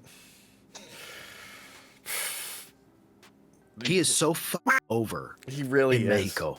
He really is. So is the new AAA tag champions, the Viking Raiders, showing up unrecognizable because they both trimmed their hair finally. Well, it's the double-edged sword there though, Alex. Ivar, yes, cleaned up the top of his head. He allowed the bottom of his face to grow more and more wild. And they added some green paint to their faces. That's to show you that they're different now. One of them looked like a dick. I swore for like half the match that I saw them, and I'm like, that's a pee on his face. That's just a pee. It was probably just a prank. Just a prank, bro. Just a prank, bro. Oh, were you out drinking with your friends? Yeah. The other night at your parents' house because they let you drink in the house. Yeah. And you were the first to fall asleep. You guys were drinking dirty margaritas. Yep. Everybody said that this jar was full of moonshine, but it was actually just urine. But nobody wanted to fess up how bad it tasted. Dear God, no. Dear God, no, Alex. Just like the next match. What, Charlotte Flair and Tiffany Stratz taking on Jade and Michin? Yeah. Yeah. Yeah. Here's the deal, okay? This one, and I would say, God, like main event. Actually, most of the matches on SmackDown, didn't need to happen. No. Probably shouldn't have happened. Like, you could have told me that these results happened at like a live show, would have had the same effect, because actually watching them was kind of difficult. Yeah. So the next, basically everything coming up now from here on out was really bad. Legitimately, not only was it bad, it was also boring, because I fell asleep during this match. I legitimately had to. I woke up and I had to rewind like about 30 minutes to rewatch this, and I wish I hadn't. Lord. Yeah. This match was boring as fuck. And I don't know. Like, we praised Michin and B-Fab. What was it? Do not we us. That's you. No. It was a we, because they had wrestled better than they had in a long time. In that lead up to the Clash in Italy match. We gave praise where it was due. Okay, yeah. It wasn't no like A-tier match. I'm not saying that. It was just it was a better show than they had put on in a while. And yeah, instead of terrible, it was mediocre. Yes, and this went right back downhill. Yeah, it was. It was bad. It was so bad. It was just bad. And the next one too, Carmelo and Ricky was also just like, it wasn't a bad match. Boring. It was, dude. I didn't give up. Like the tease of the count out. Couldn't fucking care less. Couldn't fucking care less. Nope. Nothing. Yeah, and also, sorry, I don't believe Ricky Saint should be able to beat Carmelo Hayes. I'm sorry. Like, it's a handful of the tights. Wrestler. That shit, dude. He should have low blowed him at least. Dude, I'm telling you right now, they are just shitting on Carmelo Hayes. Like, they stripped him of his WrestleMania match, and since then they have done all with him. He was gone for a month for no reason. For no reason. No reason. This motherfucker kept SmackDown floating with Ilya, and this is how you repay him. I know. I don't, because like Melo can go, right? I don't think anyone's ever said that about Ricky Saints, ever. No. His entire drawing power is his charisma. Yes, he is the. He is like the Wii wrestlers version of The Rock, essentially. Like, he's a little baby. He's the Pebble. He's The Rock. Yeah, he's the Pebble. Yeah, he's in the wrong generation, because he would have been perfect back then as like a Rock, like alternate. like he's the Rock's like his stunt double almost. Like he is his understudy. Is like the Rock will like show up to a match, decide I don't really want to do this. Ricky, you get in there, and then he just like puts his feet up on like the commentary table and watches him get his ass beat instead. Oh my God, they could have introduced him as like The Rock saying, I can't be around often anymore because I'm too busy with TKO and all my Hollywood shit, so I'm going to give you a clone of myself. He's a surrogate Rock. They do the bit in from Arrested Development where he's got like the headset in and like the camera, and he's just like literally like relaying messages from The Rock. To have him do shit. Yeah. And have him dress up like The Rock and everything, and have him basically be a Minihausen, but for The Rock. Yeah. He's just always just like lurking around, getting the shenanigans. And have him dress like modern day Rock too, not even like old school Rock. Like have him wear the bell bottoms and shit. Yeah, and the vest. The super loud and complicated shirts and vests that tell you how expensive they are, but because the patterns are more complicated. God, that would be so funny. That'd be so fucking funny. Oh God. Just pair him with Ethan Page again, please. Yeah. Honestly, I feel bad for him because like he wrestles as if he's a bigger guy. Yeah. Like, and there's nothing wrong with that necessarily, but it just doesn't. It's not sold to me. Dude, the fucking spear. It shouldn't even happen. He should bounce off people. He really should. Oh man, that would actually be a great gimmick. Have him act like he's this big dude, but he goes to spear Roman and bounces off of him. That'd be too funny. I don't think they have it in them. Here's the problem. Ricky wants to be cool. Okay. Yes, you're right. He does. He wants to be cool, and really, he should be a comedy villain. Like he should be like Miz levels of villain. Yes. Yeah. At least in the beginning. Yeah.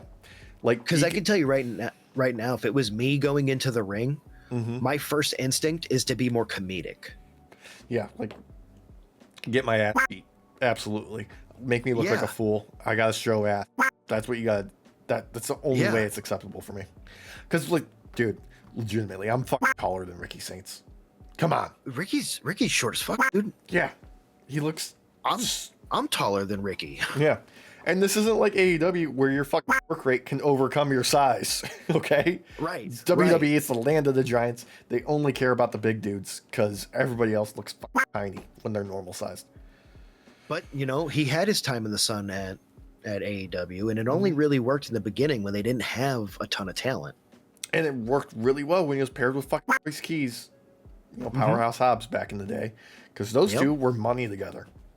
They were, and he would be great in like a of Mice and Men kind of deal, where he's the little guy, the smart guy. It's not gonna happen. Like, yeah, he needs someone to be like, which way did he go, Georgia? Which way did he go? They don't even have to be a fucking idiot. He just needs muscle. He needs a muscle with him. He needs Oba. He needs to come in hanging off of Oba's back. Omos. Bring Omos back as his heavy. Yes, and have him hang off of him and be like, do you smell? Like he's literally like sitting on one of his shoulders. Yes. Oh, God. Have a little little perch spot.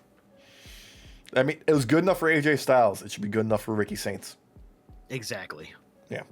But once again, as you alluded to, there was another match of Lash Legend and Chelsea Green. Like,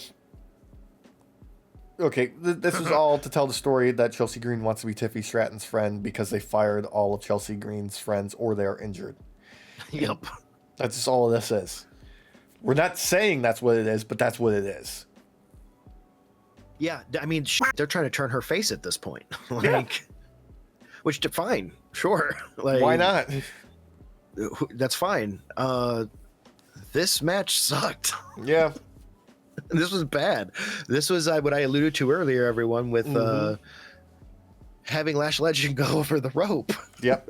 For almost no reason. God, that was so funny.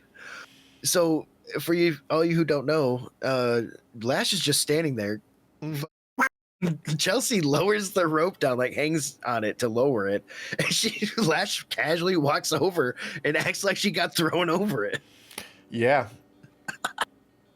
Dude, this was so bad. I am wondering why this wasn't during a commercial fucking break. Oh my god. Oh my god. Like, this was really bad. The edited down version that you can see on, like, rewatching SmackDown is still not good.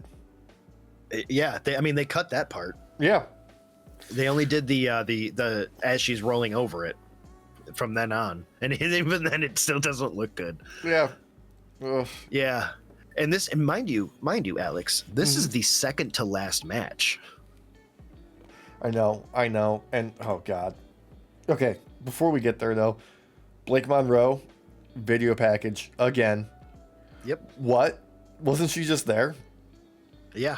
They're they don't know what to do with her. They brought her up because she's pretty. They brought her up because she's pretty.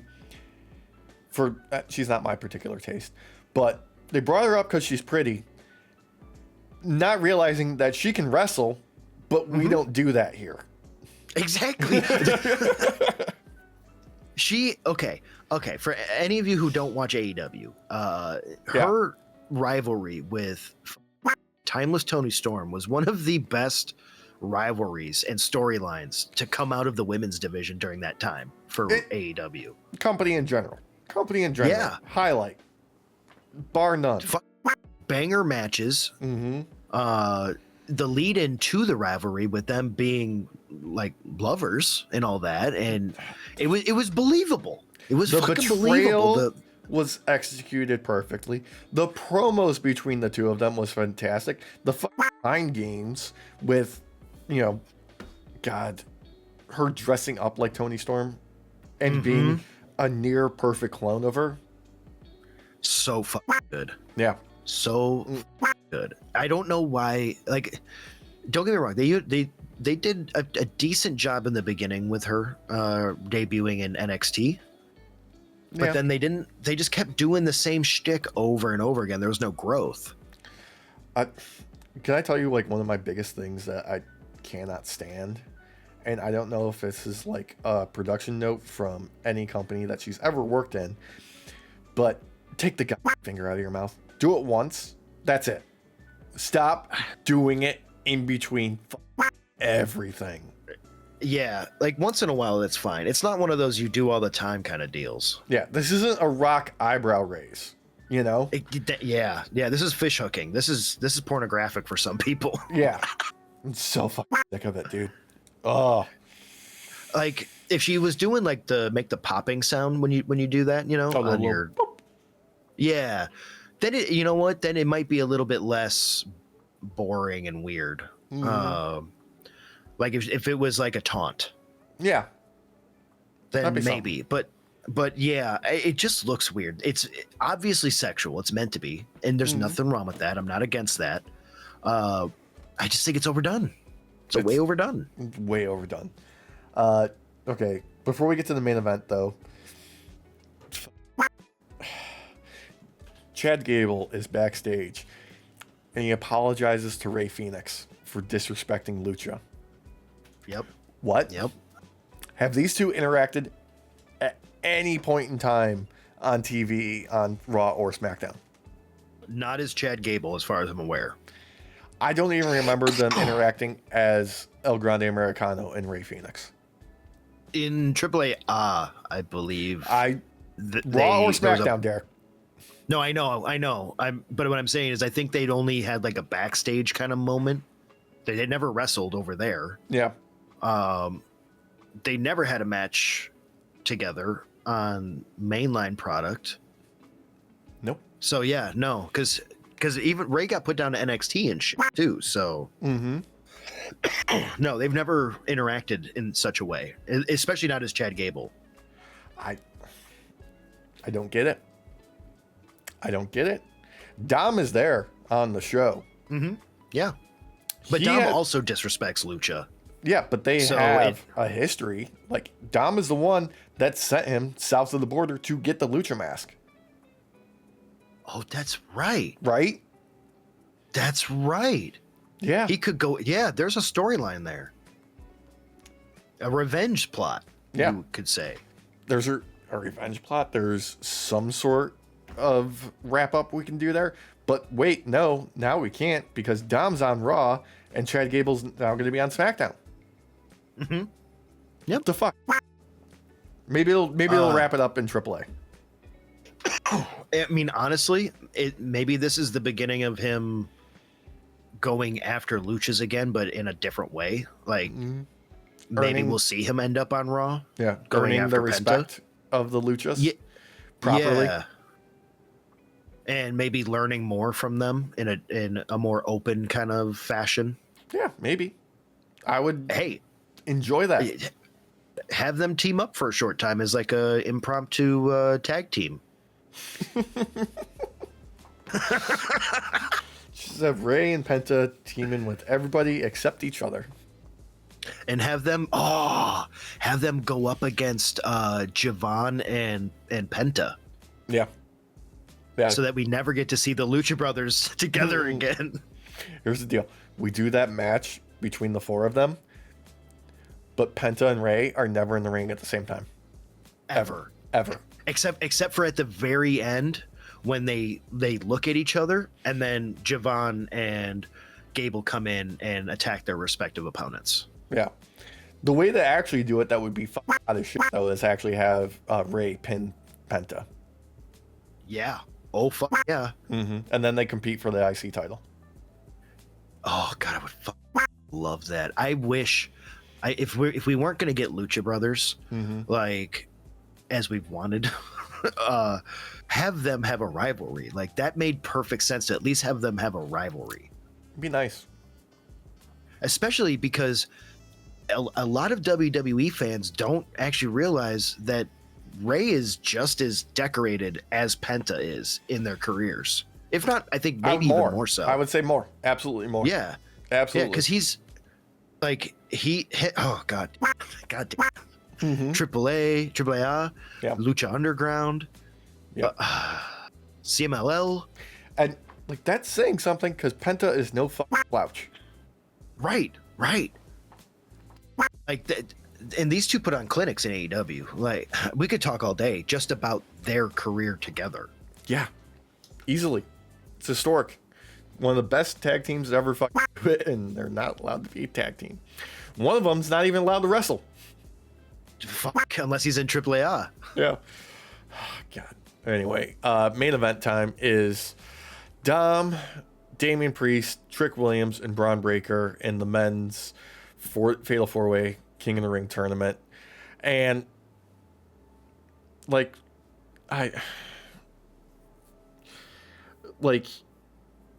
we knew Oba was going to win his match, right? This one could have been anybody. But once Oba won, you knew he was going to the finals. Once that happened, you could have so many interesting matchups. Instead, we're going to have Dom face Oba, because Dom gets the win here with the help of a little, low blow and a 619 and shenanigans, because, Liv's out there and stuff like that. Yeah, shout out real quick to Damian Priest for eye killing them as they came out. He was like, fuck you. Yeah. But you're right though. Dom is the one who's going to face Oba at the end of this. Yeah. And you know what? That'll be entertaining. Yeah, it's going to be David versus Goliath for sure. Mm-hmm. Like hands down. Obviously, Oba being David. Yeah, and obviously, yeah. The more famous Dominic Mysterio as Goliath. Yeah. I mean, Corey is going to sell it like that on commentary night of. Oh God, yeah. That was the first thought that they had in their minds when they were putting this together was, who can we put against Oba where it'll be such an upset and crazy to win, but still believable? Yeah. Dom. Yeah, totally. Because Dom will cheat his way to a victory. He doesn't fucking care. And that's fine. I'm okay with that because at least you have a way of defeating Oba without someone directly having to just be better and stronger than him. My one issue with this, though, is that out of everybody on here, Dom needed the victory the least. Yeah, because Bron has been seconded to a tag team for the Vision. Yep. Trick, both of his current rivals are feuding with each other. Yep. Damian Priest is in a tag team with R-Truth that doesn't defend their titles because they have no other tag teams to wrestle against. Yep. And Dominic Mysterio is El Campeón. Mm-hmm. El Mega Campeón for AAA. So he doesn't need this victory. Honestly, if I was a betting man, like just looking at this, not thinking it was like a shoe-in for Dom, I would have said Bron Breakker was the shoe-in. Given that it's Oba Femi facing against whoever wins this one, I would have said Damian Priest just to have two big boys going at it. That would have been great too. Yeah. I don't think it would have been believable with Trick Willie out there for me. Yeah. Nothing against Trick. I just think he's a little too green still in comparison. Yeah, but I think he's popular enough to make it work. You know? He's faced Oba before in NXT, didn't he? Oh yeah, absolutely. Yeah. And he's beaten Oba in NXT. And gotten beat by Oba. Yeah, totally. They've got it was a back and forth. Yeah, it was a back and forth for them, I thought. I mean, yeah, that's every goddamn dude now. Yeah. I just I feel like Bron had the most to lose with this one of them all. Oh god, dude, and the negative aura he got when he did the military press to Damian Priest, and just they both of them just fell on their fucking asses in this. Yep. I feel bad. I feel like unbeknownst to all of us, part of having Danhausen curse other people is the program that he is most on must also be cursed. I know, like it's a wrestling show, and the guy who actually, I take that back because Danhausen has wrestled more this year than Roman Reigns. The guy who doesn't wrestle a whole bunch is the brightest spot of the wrestling show. Thank God, I believe very soon SmackDown's going back down to 2 hours. I believe it is, yeah. Yeah, I think we got like another week. I wish they would take an hour away from SmackDown right now and just add it to AAA.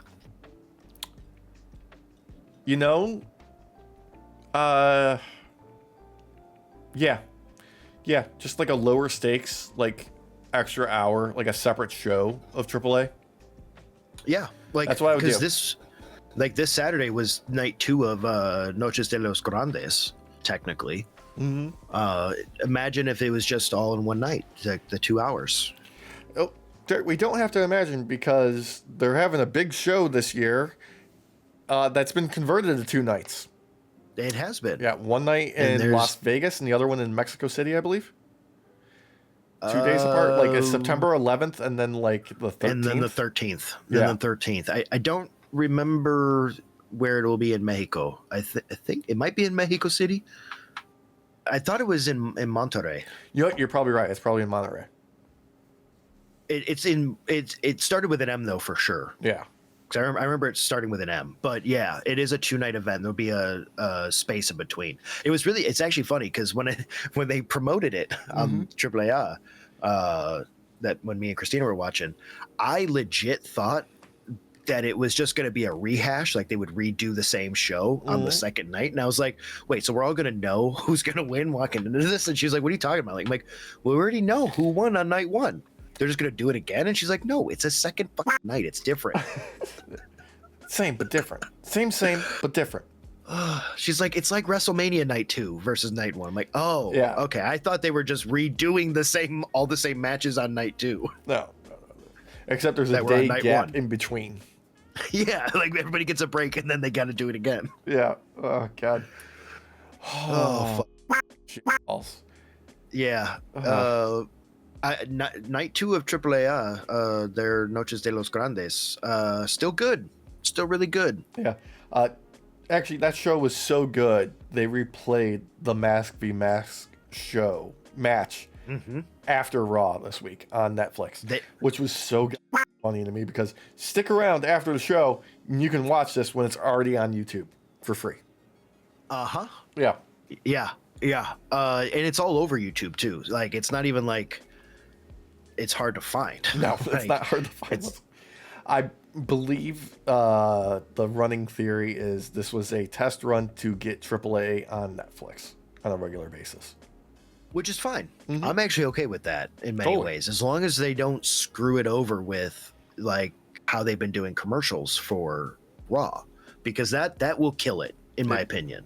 It absolutely will. It'll kill the momentum because AAA works very well, like all Lucha does, at a fast clip. Yeah. You can't slow it down. You just can't. Like any of you who don't watch Lucha regularly, one of the things you learn really quick is that instead of taking bumps, people roll out of things and shit keeps moving. Yeah, and that's the thing that's crazy about fucking Lucha is they move at such a fucking high pace and they do all this fucking crazy shit, yet they have longer careers than most traditional American wrestlers could dream of because they're not actually taking insane bumps, they're rolling out of shit. They roll out of shit. Exactly. Instead of landing flat and taking all that force, like you're rolling through it and you're changing your inertia. Yeah, dude. I love Lucha. I love the way it moves because things still always look devastating, yet people keep going. God, it's just so much. It's so much fucking fun. Yeah. Speaking of long careers, there's a bit of a hubbub on the internet this week with one Charles Montgomery Punk, who we haven't seen on TV since he dropped his belt to Roman. A lot of accusations thrown around of the straight edge one being a proponent of, let's say, peptides. Yeah. Allegedly. Well, okay.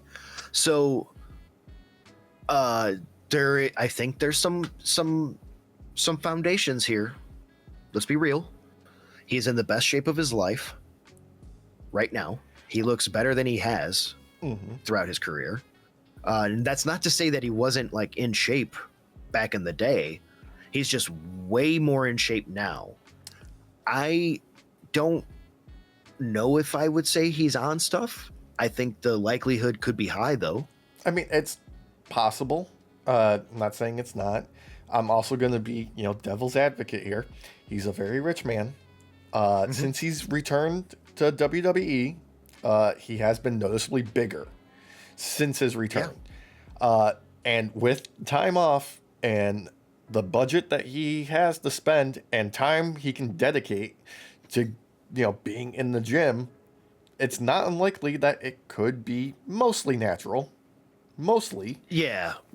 Like he's not currently on the road being on shows. He can dedicate a lot of time to being in the gym and doing, the proper diet and shit like that, and have a personal trainer, just like, hire one of the guys that, trained everybody for Magic Mike for 6 weeks and you will see a difference. I mean, it could also just be cameras. Like you're in a place with lighting and everything where you're actually able to see a lot more definition versus sometimes in these stadiums. Yeah. Like the only photographic evidence I've seen has come from the same video. Yes. Yeah. So like, I haven't seen him from any other angles. Could have just been a good day where he had a good pump going. It honestly, it could be more muscle now that was not as defined a month ago, or 2 months ago. Like maybe he had water weight on that he doesn't have right now. I'm not trying to defend it because obviously with wrestling, Brian Cage, there's always a chance of something. Yeah. Mr. Straight Edge was a character basically too, though. Like. That doesn't necessarily mean he's straight edge in real life. Yeah, he's living the gimmick, you know? Like, yeah. Maybe he just stopped going to Mindy's every day for fucking muffins. That's a hard thing to do, Alex. That's a very hard thing to do. But yeah, I just thought it's fucking hilarious. I'm like, who the fuck cares? The dude's in his twilight of his career at this point. If he's gonna keep running it, let him fucking go. Like, doesn't fucking matter. Maybe he has to push this body to be in this level of shape to keep wrestling. Because like he came in, tore his tricep immediately. Yeah. Like came back into WWE. Yeah. He's sustained many injuries over his career, and maybe he actually has to work out this much in order to actually be able to do the things he does. It might just be preventative fucking maintenance at this point. This is like, I just gotta put on mask to protect myself. And again, who knows? This could be a lighting thing, difference of cameras. They always said that Hollywood, cameras added 10 pounds. Phone cameras sometimes have better quality than your bigger cameras. So it's also gym and you're lighting. A lot closer. Yeah, the gym lighting's meant to make you look good. Anyway. Well, he's better. Yeah. I thought we had to address it just because, like, we haven't seen him on TV. Totally fair, yeah, because it's been all over Reddit. Oh, yeah. Hilarious. Yeah, and if he is, he is. Like, I'm not going to sit here and actually defend it. Yeah. Like, the thing is, there's a ton of people who do. There's one reason why I will absolutely say that it's not gas, gear, PEDs, whatever you want to call it. It's because that little Ryan Nemeth accused him, and that dude has never been right about a single thing in his life. Imagine this being the one time he is, though. Nope. Like, this dude could have made a career off of being Nick Nemeth's brother. He can't. He could have. Like, he can't now. No, he can't now. That ship has sailed years ago at this point. But like, the dude could have built a career being like, yeah, I'm actually Nick Nemeth's brother. Yeah. Like, do something with that. I'm the bump king. Yeah. I'm his younger, less entertaining brother. Yeah. I just take bumps nearly as good as him. He does more bumps. Better than anybody. He does his bumps in the ring, and my bump is off of the top of my hand. It's off the toilet seat in the Hollywood club bathroom. Whoa! Do you think he's rich, brother? This is a Motel 8, dude. I meant like Hollywood, like bathroom. Skid Row. Okay. Yeah, the public bathroom of the Motel 8 in Skid Row. Yeah. God. No, dude, even Ryback was like, yeah, I don't know about this, guys. I don't, like, who knows more about gear than Ryback? Come on. Yeah. Again, like that guy was saying, like, is there a possibility? Sure. Yeah. But yeah, if Ryback's in there going, I don't know, just by looking at the picture or the video, like, I feel like we can tell if someone is on gear. Like, yeah, like pretty quickly. Yeah, he doesn't have the telltale signs like the roid belly yet. Right. And like, so if someone wants to point at like, oh, he attacked the guy with the camera at the hotel, like at the last PLE, like, well, yeah, but any of us would have done the same thing. Yeah, like look at the lead up to that, and then ask yourself, did he just do nothing? Come on. He did less than I would have done. Yeah, let's just put it that way. He's always had a short fuse. Come on. Yeah, and he has more restraint than me. So. Oh God. Speaking of restraint, AEW doesn't have any restraint. Dynamite this opening up AEW World Championship match, Roosh and MJF. Opening up with these two. was insane. Great opening. Like I love that it went from promo of Roosh to an interruption by MJF to this, and we're facing off now. Yeah. Right. Great moment. And God, they were fucking heated right from the get-go. A lot of spit in this one. A lot of spit flying in this one. Yeah, a lot more than I expected. I did enjoy the entrances as well. The entrances were amazing. God, for this. MJF in the Matador outfit was such a galaxy-brained choice. I loved how heated Roosh got when he saw him. Like, absolutely perfect. Yeah. Also, shout out to Roosh with the white and gold gear. It was a gorgeous choice. Loved it. This was a clinic match, in my opinion. This was like one of those where you're like, can Roosh do a long match? If you were wondering, yes, he can do a longer match. Yeah, it doesn't always have to be a squash. This was all those squash matches were in service to it, being like, keep an eye on Roosh, keep an eye on Roosh, keep an eye on Roosh. You've been paying attention? Watch him work. Yeah. I guess there was at least one injury out of this match, technically. Yeah, MJF has a... He hyperextended his knee. Some people had some spots where they think it may have happened. I believe the official word 2 spots was like when he took a knee in the corner.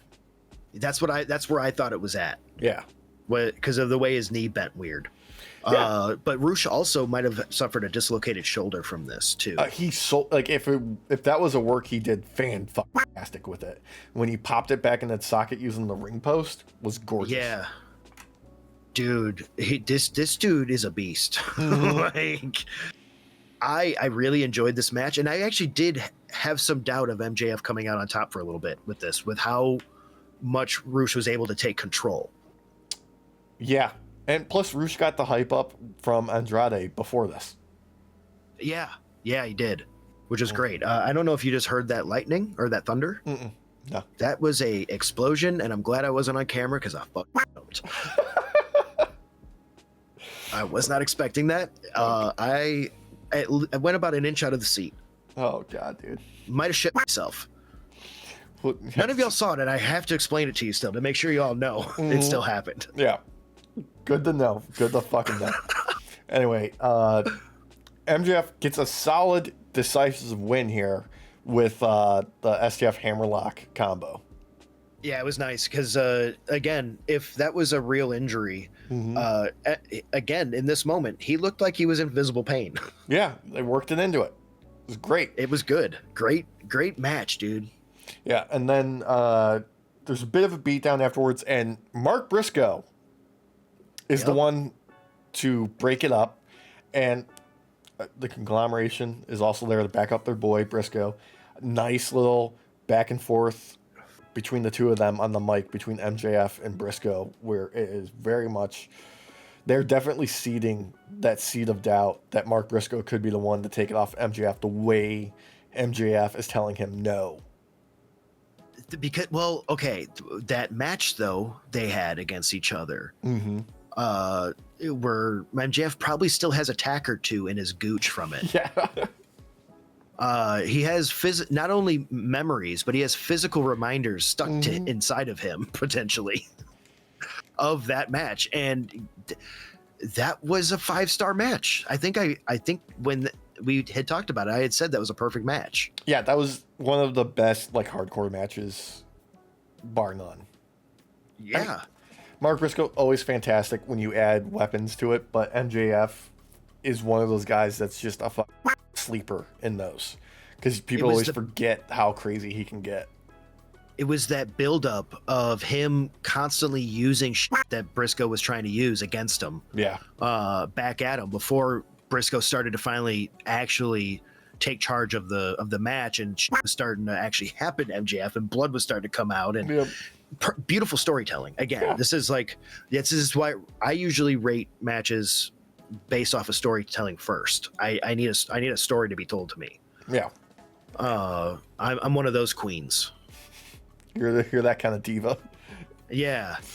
You must entertain me with storytelling first and action second. That's fair. That's fair. Wonderful promo exchange between the two of them, and then Mark Briscoe's staying out there because he's got a match with Lio Rush, and something that's just been born out of little bits with the conglomeration in Lio Rush. They all freeze when his music hits because they're like, he can only see movement. Yes. Oh my God. Okay. All right. We have to give the most flowers to Orange Cassidy on this, right? Because of his ability to sell how scared he is of this little guy. It's so fucking good. Oh God, he's such a little goblin. Ugh. I love how Briscoe decides to fight fire with fire and just starts screaming back at Lio during this match. I loved how game Briscoe was for all the shenanigans. Like when Lio Rush goes in to like whisper in his ear, he's like leaning into it and being like, yeah, no, okay, yeah. And then he does it again and he's like, oh yeah. And Lio Rush like countering Mark Briscoe's antics with his own like version of redneck kung fu. Yes. This was like literally if Gollum got to actually have a scene where he had to fight orcs or something for real in Lord of the Rings. Like this is how it would have gone down. Yeah. God, this is so fucking silly. I loved it. It was I gotta give it to Lio because he sells the freakiness enough to where it's believable and it's not overdone. I'm sat there with goosebumps because I'm so weirded out by him the entire time. Dude, the second he does that fucking gallop, I'm like, he's figured it out. You know, it's unnerving. It's actually unnerving the way he does it because I've seen people be like, all four running is the future or whatever. He makes that like horror level scary. Yeah, like he takes that like health influencer and turns into something nightmarish. Yeah, I'm loving this right now from him. It's so much fucking fun, and I love the pairing of the Lio Rush character against Mark Briscoe, who's like, you. It's like, what the fuck is this? Yeah, I am just gonna yell right back at you, and it was like if you're facing down a raptor and screaming back at it. Yeah, basically. Oh God. Yeah, but Briscoe rightfully gets the win because we're gonna build him up to face off MJF in a crazy stepped up shenanigans filled match sometime in the near future, where you're gonna be on the edge of your seat believing that Briscoe can do it, or MJF is gonna pull some shenanigans and cheat him out of it, and it's gonna be fucking great. Because they're both awesome. This promo that came right after the match, perfect promo. Oh yeah, like even tying the religion into it. Yeah, like this had everything. Yeah, this had everything. I actually I felt sad for him in like the right ways, and like a happy sad when he said that he. Like coming to AEW and all that, he felt the joy of being a professional wrestler again and everything. Yeah. Like it. Oh God, he put an emotional weight to MJF facing him eventually. Like, well done, just well done. Mark Briscoe, he's funny on the mic. He just says he's just one of those guys that you want to root for. He'll insert his brother and stuff and how he used to be in a tag team and stuff and. In like the perfect way every time. It's never overdone. It lays a perfect groundwork for you if you're not knowing who Mark Briscoe is to know his motivations without overdoing it. Yeah, like he really only invokes Jay's name when it's important. Yeah, when it feels earned. And against MJF, who has invoked his name poorly, like it only makes all the more sense. So. Yeah, God. I don't know when that match will happen, but I can't wait because I do believe Briscoe will take the belt off him. Yeah. God, yeah. Anyway, following that, we had a quick little thing with Tekla basically shitting on Stardom. Yeah. I did enjoy this because it was weird. the crowd was not into it. Crowd didn't know what to make of it.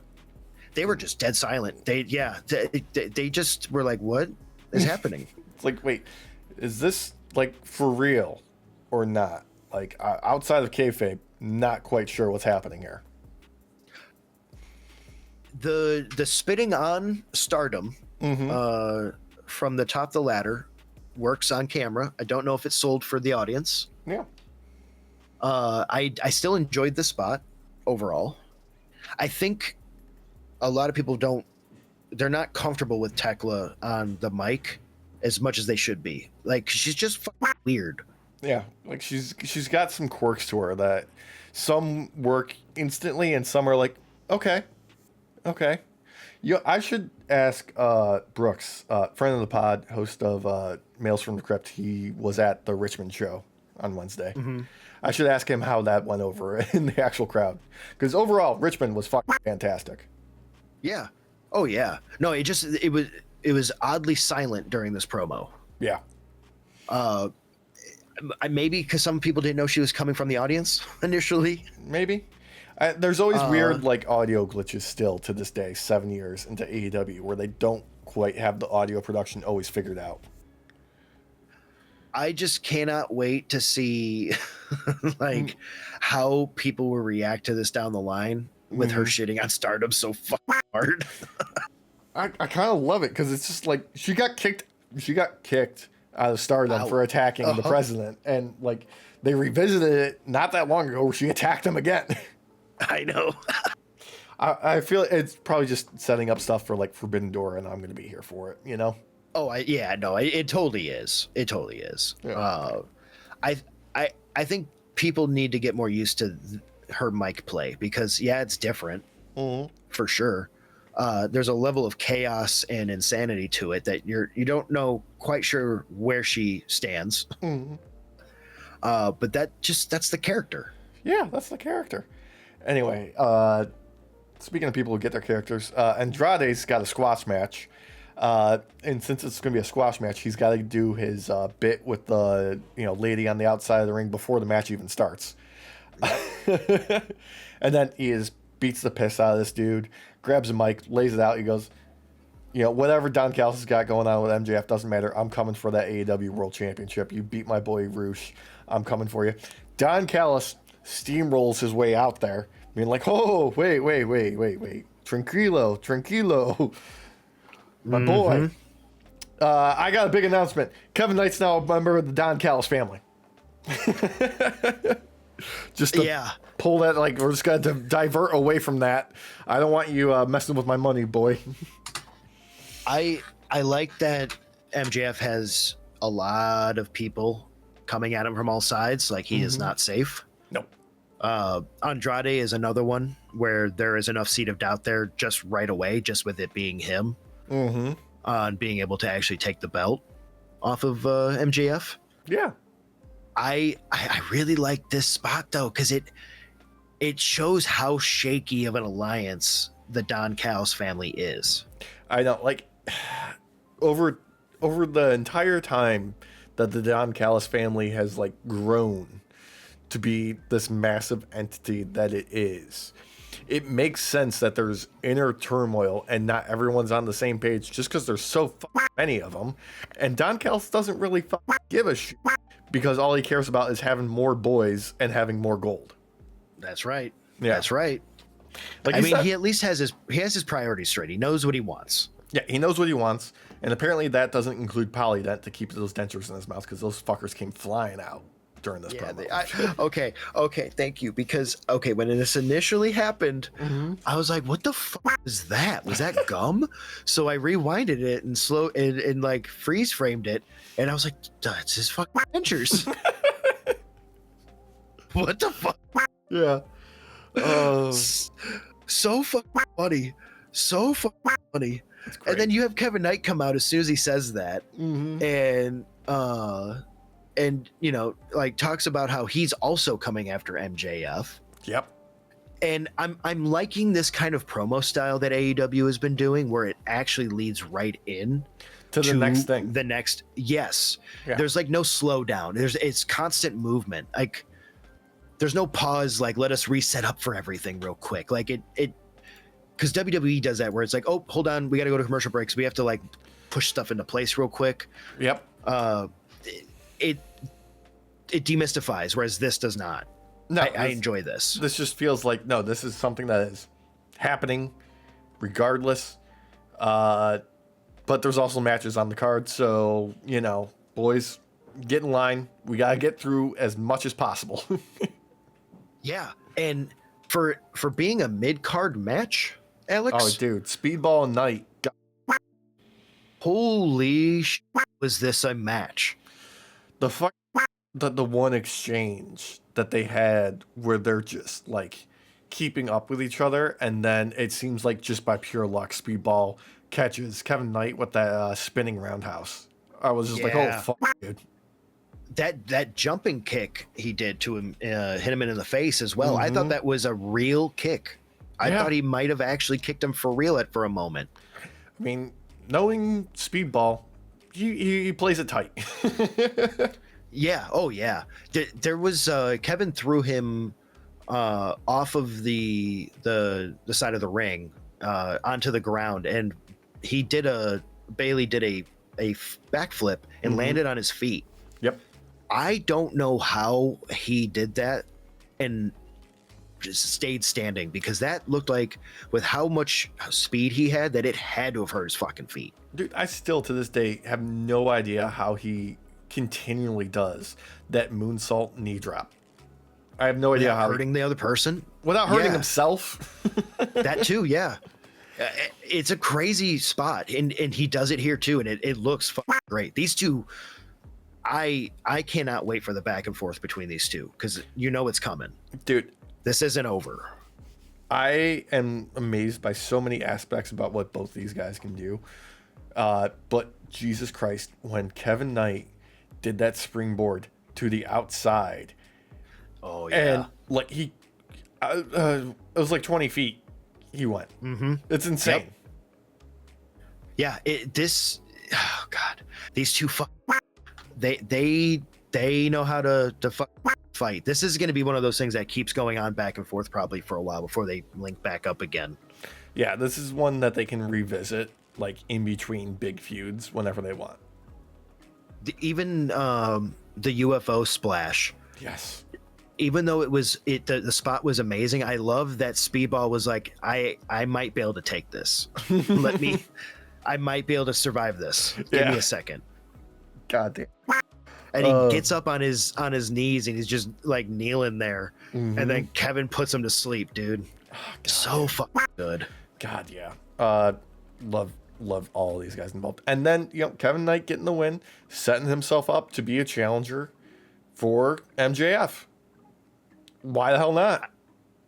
I mean, I get it. You know, it's one of two things is going to happen. Either he's going to stay potentially the TBS champ or TNT champ. Yep. Or he's going to be Kevin Two Belts. Any option. Still good. Still good. Yeah.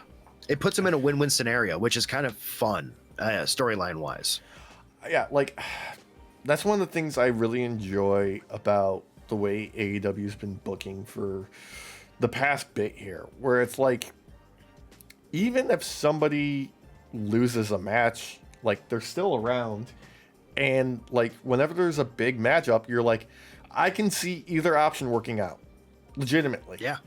Like, I don't have any, like, obvious, like, oh, this person has to win a lot of times. And that's great.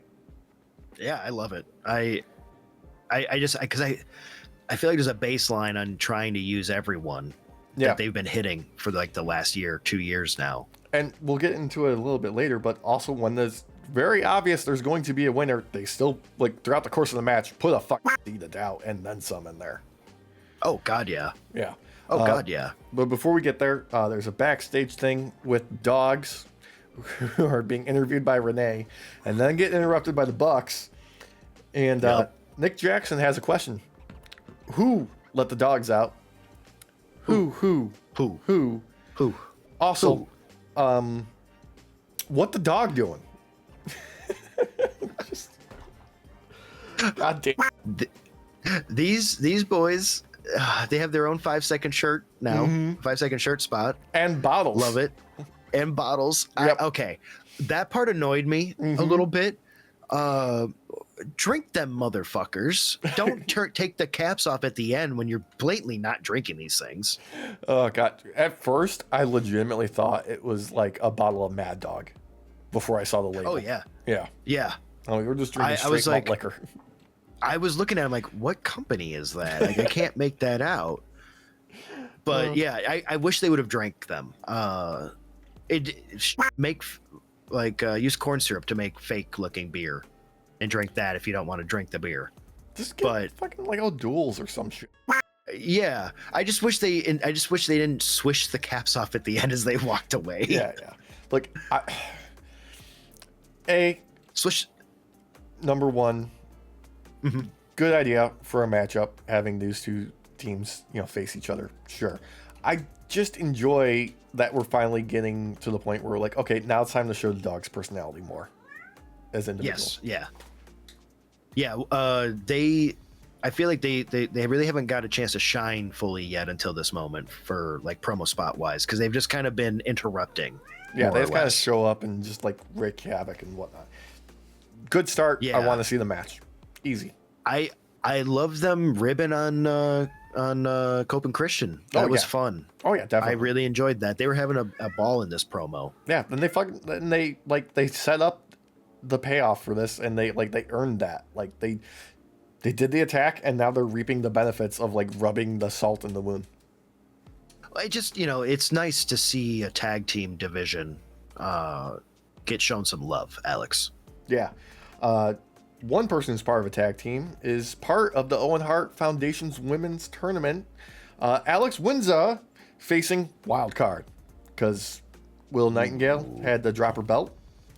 And lo and behold, it's a returning CEO. Mercedes Moné is back. Hell yeah. Oh my God. Hell yeah. I was so happy. This was done very well. I really liked basically the entirety of the match, but the subtleties with Mercedes. I mean, obviously this got clipped to shit and shared everywhere, but the moment where Windsor kicks out and Mercedes gets up and she goes, "Nope, I'm fine. I'm calm. I've been to therapy. Yep. I'm good." Just. Yep. Yeah. Okay. I see what we're doing now.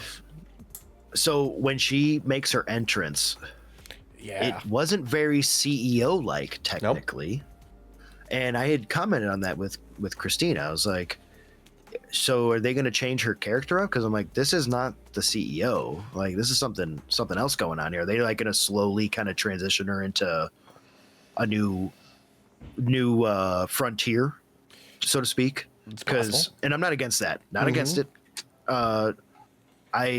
I was really happy to see her back, and this was a great match for her return. Yeah. I want to see more of a calm and collected Monet, because I feel like if they wanted to do like another multi-belt run, this is the version of Monet to do it with as well. Yeah, like she's recollected herself. She's like back in tune with who she is as a wrestler. Like the ego has been stripped away a little bit, not completely. A little bit. Yeah, exactly. Yes, just a little bit. And now she's ready to run the gauntlet and take it all. Like this version of Mercedes Moné found out that you are allowed to self-reflect. Yeah. Like you are allowed to grow. Yeah. And I absolutely want to see her face off against Tekla. Like, yeah, so do I. I'm like, yeah. Look it. Come on. I want to see Tekla take a sunset flip bomb. Yes. Yesterday. Mm-hmm. It'd be awesome. Yeah, exactly. I want to see Mercedes' reaction to Tekla's spider walk. That too, yeah. Have her just like kick her in the back as she does it and be like, oh, no, set her on fire, because that's what you do with spiders. Speaking of setting things on fire, main event. Hold on. Mm-hmm. Can we comment real quick on this actual match? Because this match was a banger. Oh yeah, no, this match fucking gold. I mean, that's a foregone conclusion. Alex Windsor has quietly been one of the better signings that they've had for the women's division of recent memory. And Mercedes Moné always fucking turns it in. Like, dude, ever since she found her footing in AEW, she puts on like EO level bangers. For real. Like, and if you had only shown me the first half of this match, I would have told you that, wow, she's willing to like be a completely different wrestler and lose. Because I thought Alex was going to take this for the first 5 minutes of this match. Yeah, well, she hits fucking hard. Yeah, but the storytelling with this, like, you forget how good Mercedes Moné is when it comes to storytelling in the ring. You should never forget. You should never forget. Yeah, you should never, because this was awesome from beginning to end. It just like it's the Mox treatment where like you're watching him learn the person he's facing in the middle of the match, and then goes, okay, this is how I win. Yeah. Simple as that. Like, she's got such a deep bag of tricks at her disposal. She finds ways to win when you don't expect it. It's so good. It's so good. That's why I know she's making it to the end of this tournament. As soon as it was announced who was coming out, I was like, oh, okay, there it is. Dude, the second they announced it was a wild card, I was thinking, okay, it's either Toni Storm or Mercedes, right? And putting Athena in that bracket, having her get the first win in her semifinal match, I'm like, okay, Athena versus Mercedes. Let's go. Let's go. For real. That's all. Like, them as a tag team, I loved. But seeing them face off, I wanted even more. Oh God, yeah. Well, because there's weight behind the story. There's weight behind it. Like, there's actual juice there. And they have seasoning. Goddamn perfect chemistry together in between the ropes. They really do. They do. Athena and Mina Shirakawa, they have had great chemistry as well. Like, that would have been another one. Yeah. That would have been a fun final. Totally, absolutely, no denying it. I mean, Athena in the final is what I want more than anything. Yes, she's fucking awesome, and it's a damn her building up ROH is good. But I still want to see her more on main TV. Same. Yeah. Same. Simple as that. I feel like this is a way to do it. Yeah. But as I alluded to, other ways to do things, as we talked about earlier in the show, seeing a matchup and knowing the outcome, and then during the course of the match, questioning that outcome. We've got men's Owen Hart tournament semifinal: Will Ospreay, Mark Davis. Yes. Yeah. This I would say just shy of a perfect match. Just shy. Here's the deal. I'm gonna give it perfect match in my book, because even before we got to the insanity that was the end, the second we hit Overrun, I'm like, oh my God, these two are going the fucking distance. It's going to take a nuclear bomb going off to stop these two from wrestling each other. And then we got the wrestling equivalent of that, like the Attitude Era of like, let's send out every member of their faction to hit finishers on everybody for 10 goddamn minutes. Yep. Come on. It was insane. It is so weird to be back on Mox's side, storyline wise. He's earned it. He has. No, he totally has. It just still feels fucking weird because we went for so long on we must destroy the Death Riders. Yep. And now it's fuck, we need the Death Riders. Yeah. And the conglomeration, because Takeshita shows up too. Oh, that was so good. It was so good. God, so good. I think for me, I would have labeled this a perfect match had there been no.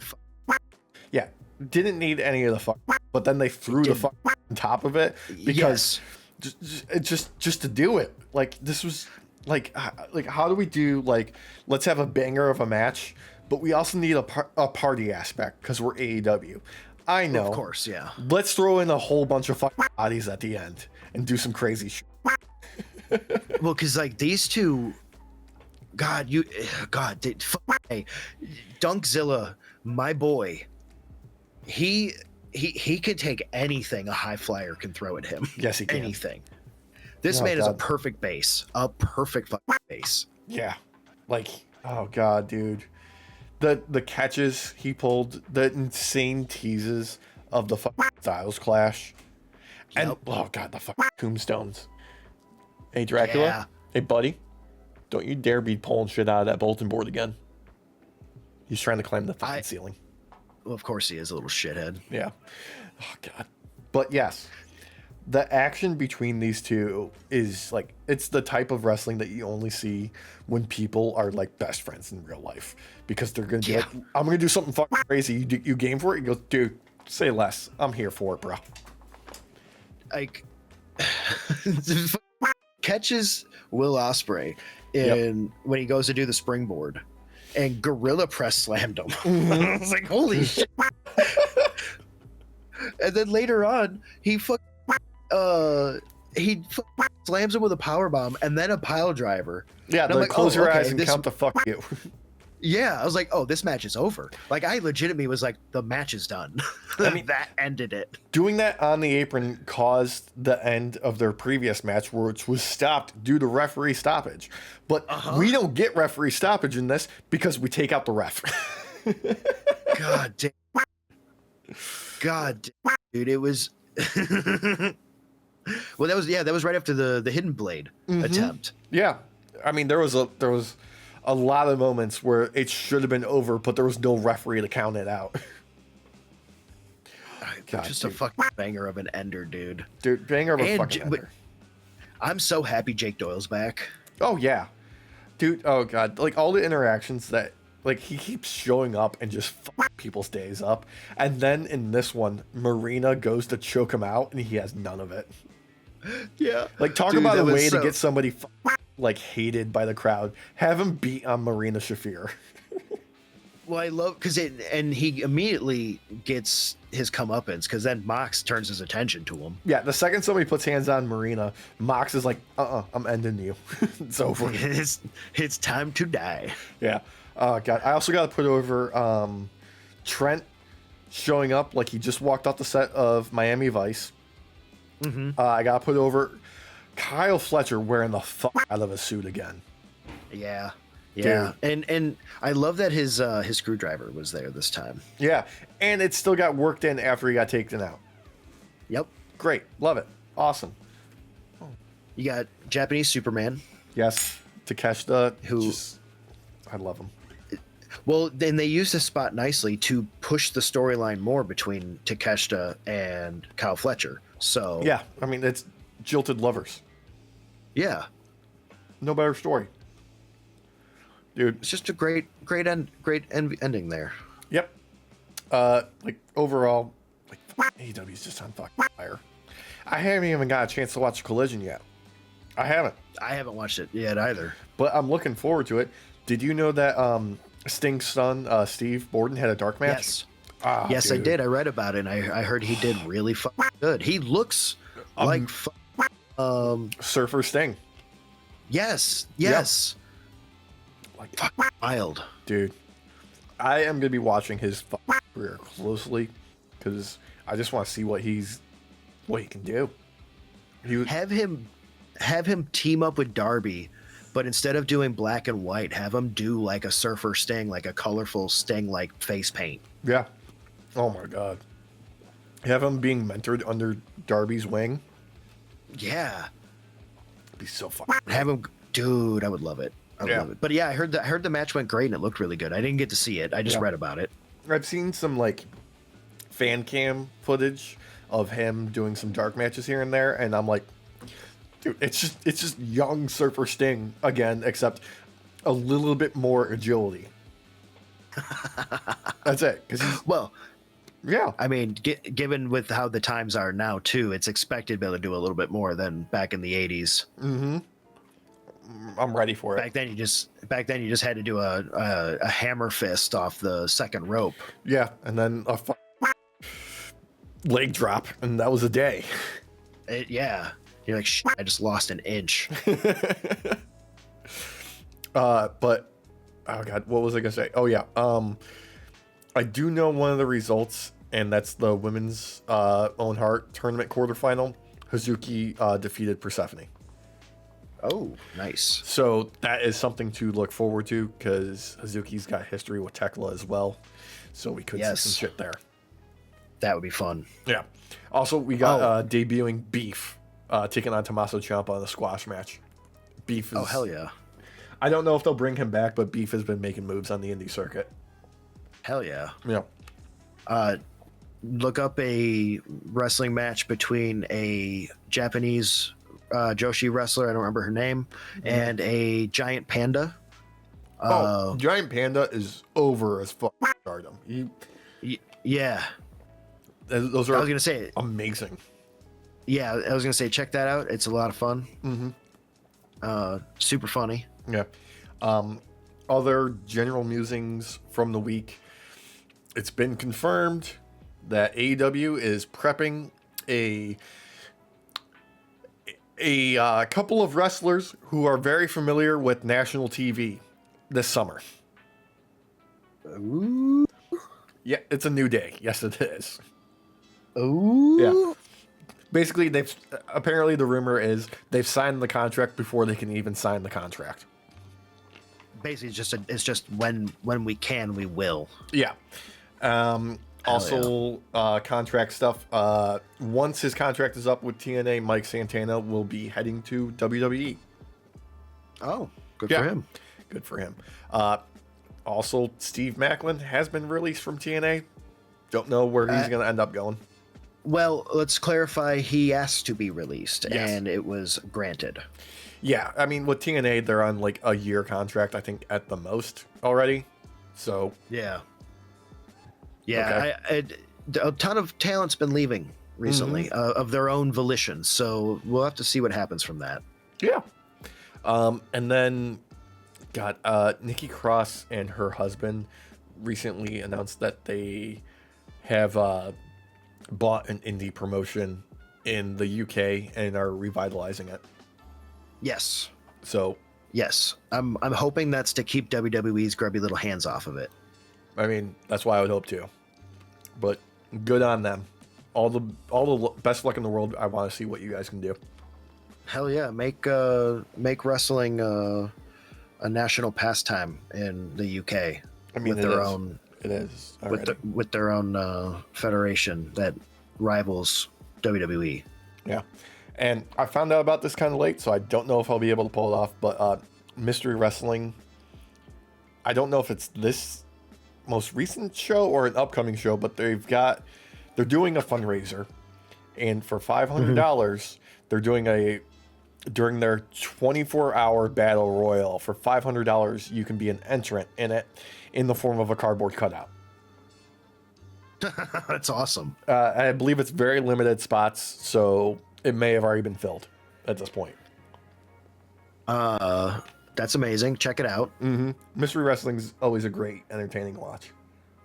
Also, shout out to Shotzi. She recently took a belt in whatever promotion she's in. I don't remember what it's called. Isn't she in MLW? I think it's MLW. Yeah. Isn't it?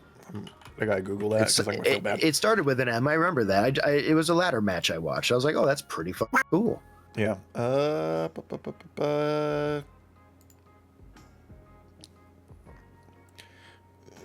Google doesn't know who she is. Hang on.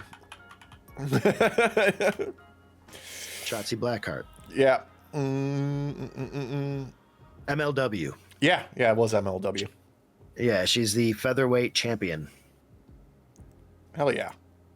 Yeah, good on her. I got to see some of that match, some clips from that match, and it looked really cool. Pretty soon you'll be able to watch a lot more of it and some other wrestling too, because my AEW is making moves. Tony Khan is cutting deals with as many independents as it seems he can get his hands on to stream their shows on my AEW. Yeah. The Death Riders were actually in Wisconsin last weekend. Yeah. Had I known, I would have tried to go see them because I'll be in Wisconsin during Father's Day weekend. Yeah. So, wait, do you have any plans where we can say like where you'll be if you're gonna be doing some wrestling stuff? Yeah, I will be at a wrestling show that weekend. Christina's nowhere nearby, so I can't tell you what it is because she's the one who bought the tickets. Okay. But it's somewhere west of Milwaukee, just outside Waukesha. I think it's Waukesha. Is where we're going. And if you want to meet me, non PNG version, I'll be there. The fucking Father's Day weekend, the Summerfest. Yeah. Technically, Derek, you are not a PNG right now. You're a JPEG because there's no transparency. Well, Alex, Just a I'm not JPEG. big on. I am not big on transparency. So. Anyway, that's gonna do it all for this week. Keep an eye on our social media and the merch store.